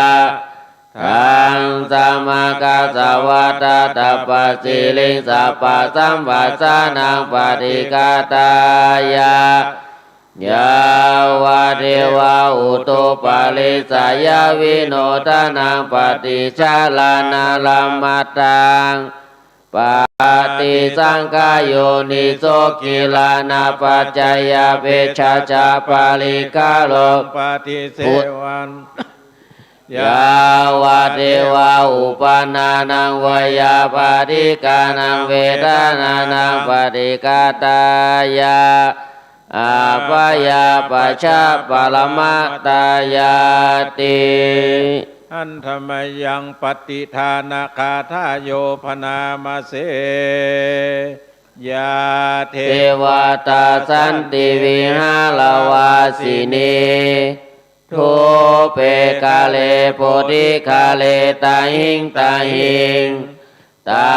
ธรรมทาเนนะภวันตุปูชิตาโสติงกาโลนเตทาวิหารมันทะเลเทลาจามาชานาวากาจะวิกาโวสาลามิกาธนาปฏิอุปัสสกาคามาจะเทสานิคามาจะอิสลาสัพพานาปุตตาสุกิตาภวันตุเตชาลาปุชาเยปิจาอาทาสัมภวาสังเสราชาตาทาวโวปปาติกานิยานิกังธรรมวาลังปฏิจเต สาเปปิทุกขาสักกาโลนตุสังกายังทาตุติลังสัตตังธัมโมธัมมัตตาลาจะปุกาลา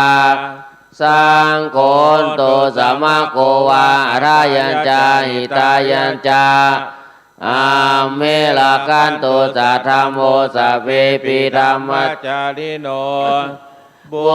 ติสัพพะปุณายามาธัมเมอริยปเวทิเต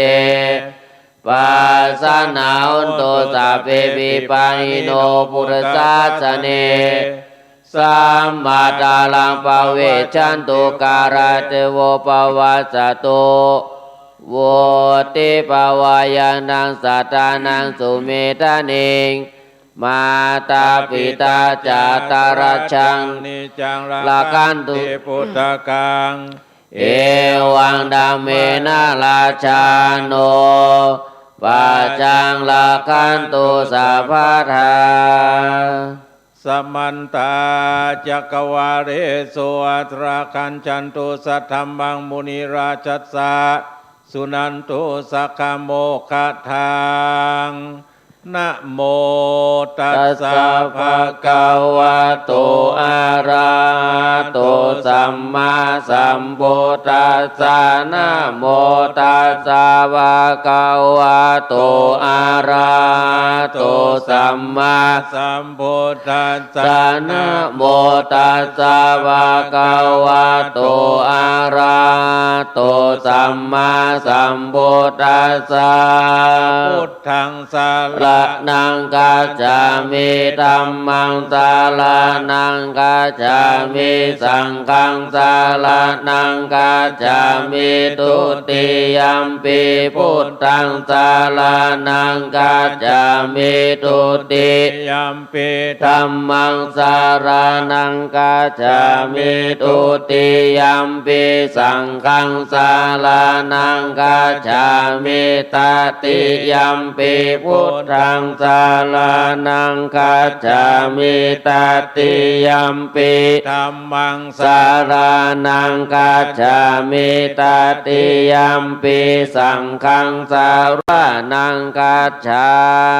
มิกะระนิยมัตถกุสะเลนะยันตังสันตังปะตังอาภิสัมเมจัสสะโกโชจัสสุหุสุจัสสุวะโตจัสสะโมโตอานาติมานิจันตุสังโฆจัสสุภาโลจะอาปากิจโจจัสสะลาโอกาโวเตสันตินาริโยจานิปะโกจะปะปะคาโปกุเรสุอานาโนกิโตสัมมาจาเลกินจิเยนะวิญโยปาเลโอปาวัตยงสุขิโนวะเกมิโนอุนตุสัพเพสัตตาภวันตุสุขิตาตาย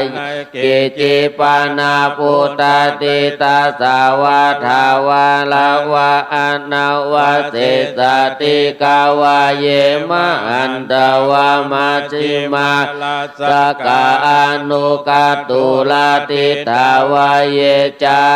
ติตาเยจาตุเลวะสันติอาวิตุเลปุตตาวะสัมภเวสีวะสัพเพสัตตาภวันตุสุขิตาตานาปโรปารังนิกุมเปทานาติมันเยทากาตาจินังกินจิปายาโลสานาปฏิกาสัญญานัญญามัญญาสตุกามิชัยยมัตตายาตานิยังพุทธังอายุสาเอกาพุทธามานุราเก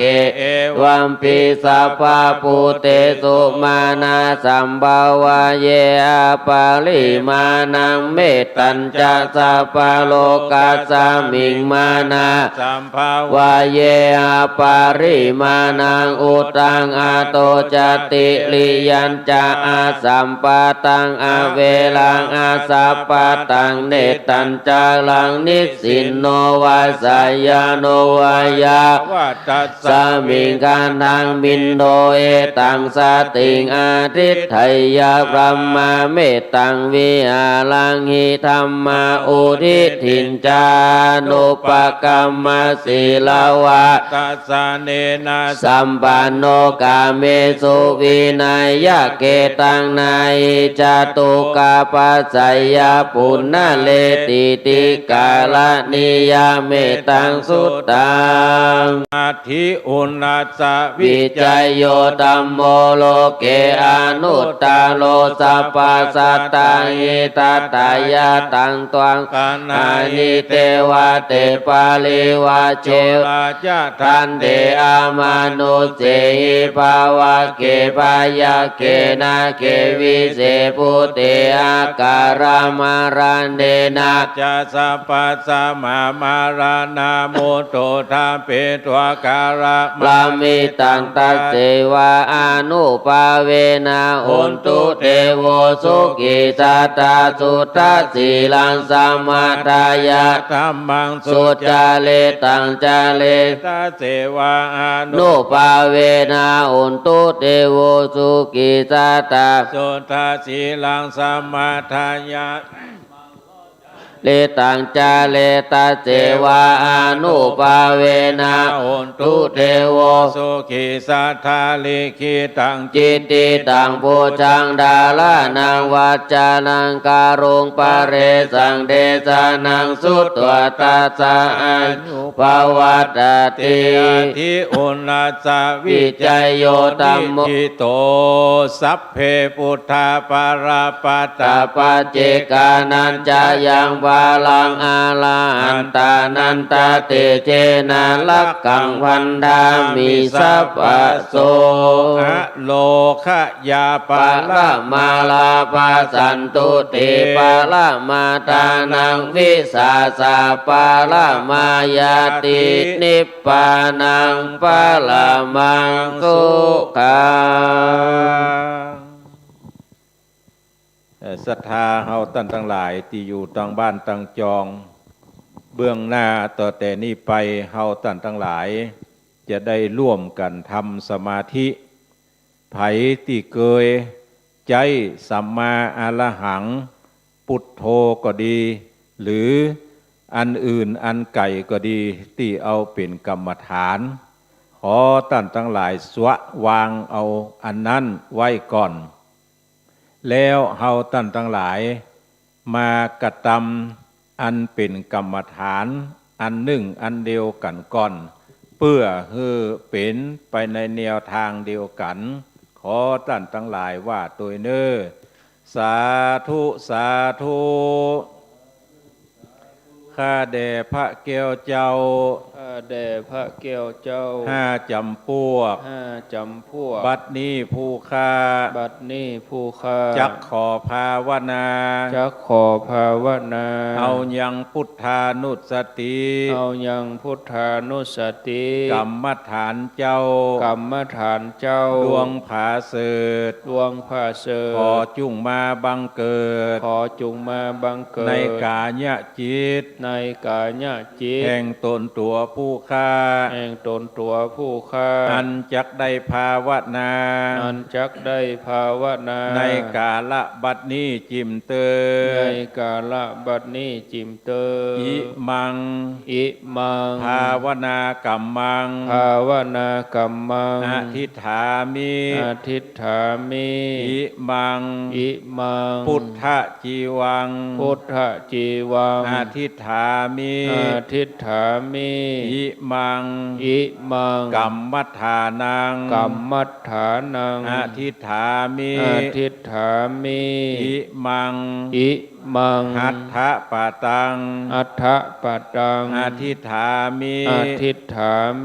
อิมังเสนาสะนังอธิษฐามิต่อไปขอท่านทั้งหลาย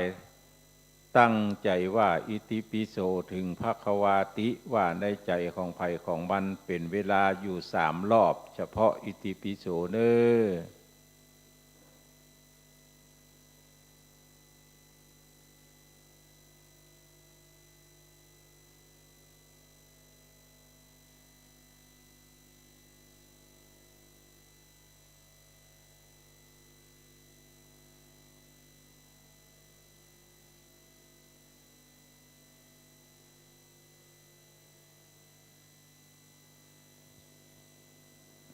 โสภควาอิติปิอะระหังสัมมาสัมพุทโธสัมพุทโธสัมมาสัมมาสัมพุทโธสัมพุทโธเอามือวางบนตักและนึกพุทโธพุทโธตามลมหายใจเข้าออกไปใจลมหายใจของคนเฮาท่านทั้งหลายนั้นหูดังมี2 หูแต่มันจะแหงหูหนึ่งก้อยหูหนึ่งพระพุทธเจ้าสอนให้เราท่านทั้งหลายให้ติดตามลมหายใจลมหายใจไผ่แหงผักซ้ายผักขวาก็ให้ติดตามลมหายใจผักนั้นหายใจเข้าพุทหายใจออกโทไปใจเน้อ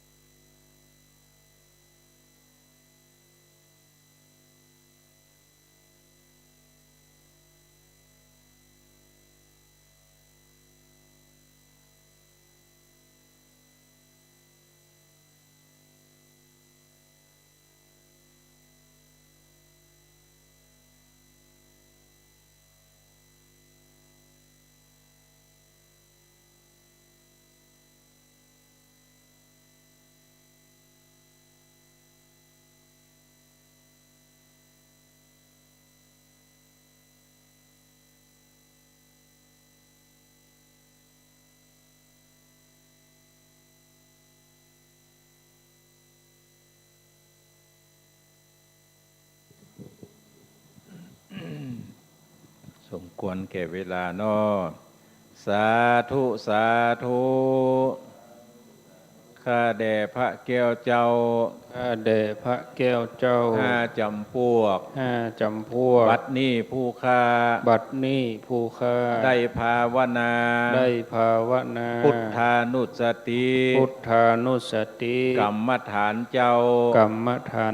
ได้พระมานเต้านี้ขอสุมายอยกไว้เหนือขมอมจอมหัวแห่งผู้ฆ่าก่อนแลอิมังภาวนากรรมังปัจจุทลามิอิมังพุทธจีวังปัจจุทลามิอิมังกัมมัฏฐานังปัจจุทลามิอิมังหัตถปาตังปัจจุทลามิอิมังเสนาสนังปัจจุทลามิสัพเพสัตตาสุขิตาโหนตุอเวลาโหนตุอนิคาโหนตุอัพพยาปชาโหนตุ ตุอัพพยาปชาหุนตุสุขีอัตตานังสุขีอัตตานังปะริหะลันตุ ปะริหะลันตุข้าพเจ้าขอตั้งจิตอธิษฐานขอตั้งจิตอธิษฐานขอบุญกุศลตั้งหลายตั้งปวงนี้จงเป็นภรวะปัจจัยเป็นนิสัยตามทรงทำให้เกิดปัญญาญาณตั้งชาตินี้และชาติหน้าตลอดชาติอย่างยิ่งจนถึงความพ้นทุกข์คือพระนิพพานจิ้มแดเตอวันตามิพุทธังสัพพังเมโตสังฆามาทาเมพันเตวันตามิธัมมังสัพพังเมโตสังฆามาทาเมพันเตวันตามิสังฆังสัพพังเมโตสังฆามาทาเมพันเตวันตามิคุโรอุปัชฌาจาเลเยสัพพเมโตสังฆามาทาเมพันเตวันตามิกัมมัฏฐานังสัพพังเมโตสังฆามาทาเมพันเตวันตามิอาราเมปัฏฐสิมายังสัพพังเมโตสังฆามาทาเมพันเทวันตาเมติยังสัพพังสัมปทานเนสุปฏิเตตาสาเลลาธาตุมหาโพธิงพุทธาโลปังสักกาลังสัทธาลังกาโลเกเตวะโลเกปามโลเกจัมพุติเปลังกาติเปสาเลลาธาตุโยเกสาธาตุโยอะระหันสัทธาตุโยเจติยังคันธากุติยังตุลาสิติสหัสเสธัมมคันเทสัพเพสังปาเจติยังอะหังวันตามิสัพพโสวันตามิพันเตสัพพังอปาลาทังกัมมะทะเมพันเตมยากะทังปุญญังสามินาอนุโมทิตัพพังสามินากะทังปุญญังหังทาทัพพังสาธุอนุโมทามิ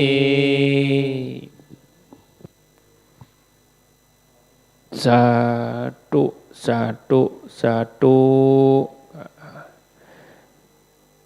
เดี๋ยวครูบาอาจารย์จะได้ไปพักผ่อนตามอัธยาศัย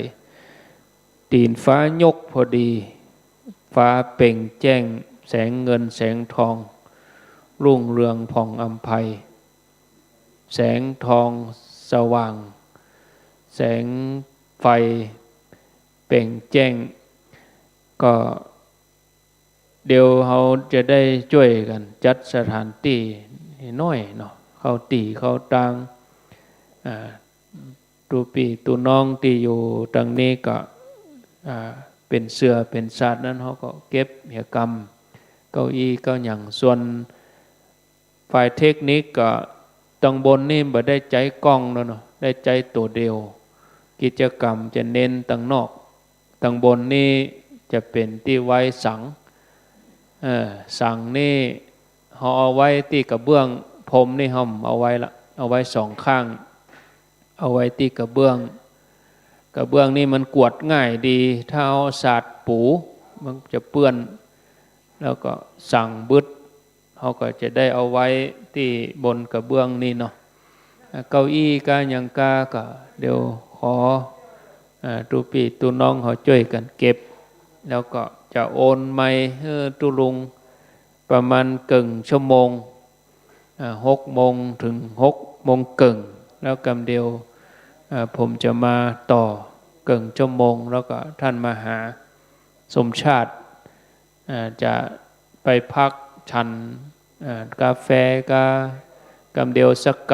ำประมาณ7 โมงปลายใกล้8 โมงก็พัฒหารเจ้ามาก็ตุลุงก็จะได้อู้แล้วท่านมหาก็จะฉันเข้าก็บรรยากาศมาเจ้านี่ก็เย็นดีศรัทธาญาติโยม6 โมงพอดีสถานีบางที่เพิ่งก็ตัดตึก7 โมงบางสถานีเพิ่งก็ฮับต่อลวดยาวไปเมืองฝางนี่ตึก6 โมงไฟหินวันนี้วันค่ำเป็นแม่ข่ายตังปุนของแม่จันของสันมะเข็ดหัวไฟพัฒนาท่านครูบาจะปิกแล้วกะเตรียมตัวเนาะรอข้าวต้มก่อนปั่นปอนปั่นยังเฮ้โยมตัวลุงตังปุนพร้อมแล้วก็เดี๋ยวเจ้าหน้าที่เพิ่นจะปรับในเรื่องของทางเทคนิคแล้วก็เทศธรรมบึดเฮาบ่ได้มีธรรมาสจูเอาเนี่ยขึ้นคันไดมาก็เป็นธรรมาสเลยบึดนี่เอาผ้าปูนั่งกลางคันไดนี่ขึ้นคันไดมาก็เป็นธรรมาสไปเลยเทศธรรมบึดมื้อหนึ่งเนาะอันนี้ได้ช่วยกันพอได้จัดสถานที่ให้เหมือนเก่าเนอะเดี๋ยวนะสถานที่ตั้งเพิกตั้งใต้โต๊ะสำหรับที่เปิ้นจะมาตานขันเข้าที่เปิ้นจะมาตานธรรมก็ขอท่าน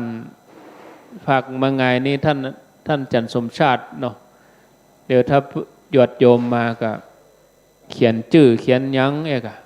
เขียนรายชื่อก็ดีที่เปิ้นจะปูจาผ้าบางสกุลกาปูจาสังกาเอกเนาะก็อนุโมทนากับคุณแม่แสงอินคำบุญศรีบ้านพัฒนาจ้างเผือกร่วมสร้างพระธาตุเจดีย์แถม2,000 บาทเปิ้นฟังสถานีวิทยุอนุโมทนาบุญเตเนอร์กับคุณแม่แสงอินคำบุญศรีฟังรายการสถานีแล้วก็ไม่ได้มาเปิ้นก็พอตั้งเฟซตั้ง YouTube ฟังวิทยุก็นึกภาพออกฟังวิทยุแล้วก็นึกภาพโอ้คงจะเป็นอย่างอันศาลาคงจะอยู่อย่างอีนะเปิ้นนั่งกันอย่างใดเปิ้นอยู่กันอย่างใดอีนะเนาะก็เดี๋ยวจะยกเวลานี้ไปตังตุลุงเกิ่งชั่วโมงแล้วแหมเกิ่งชั่วโมงหลังสัก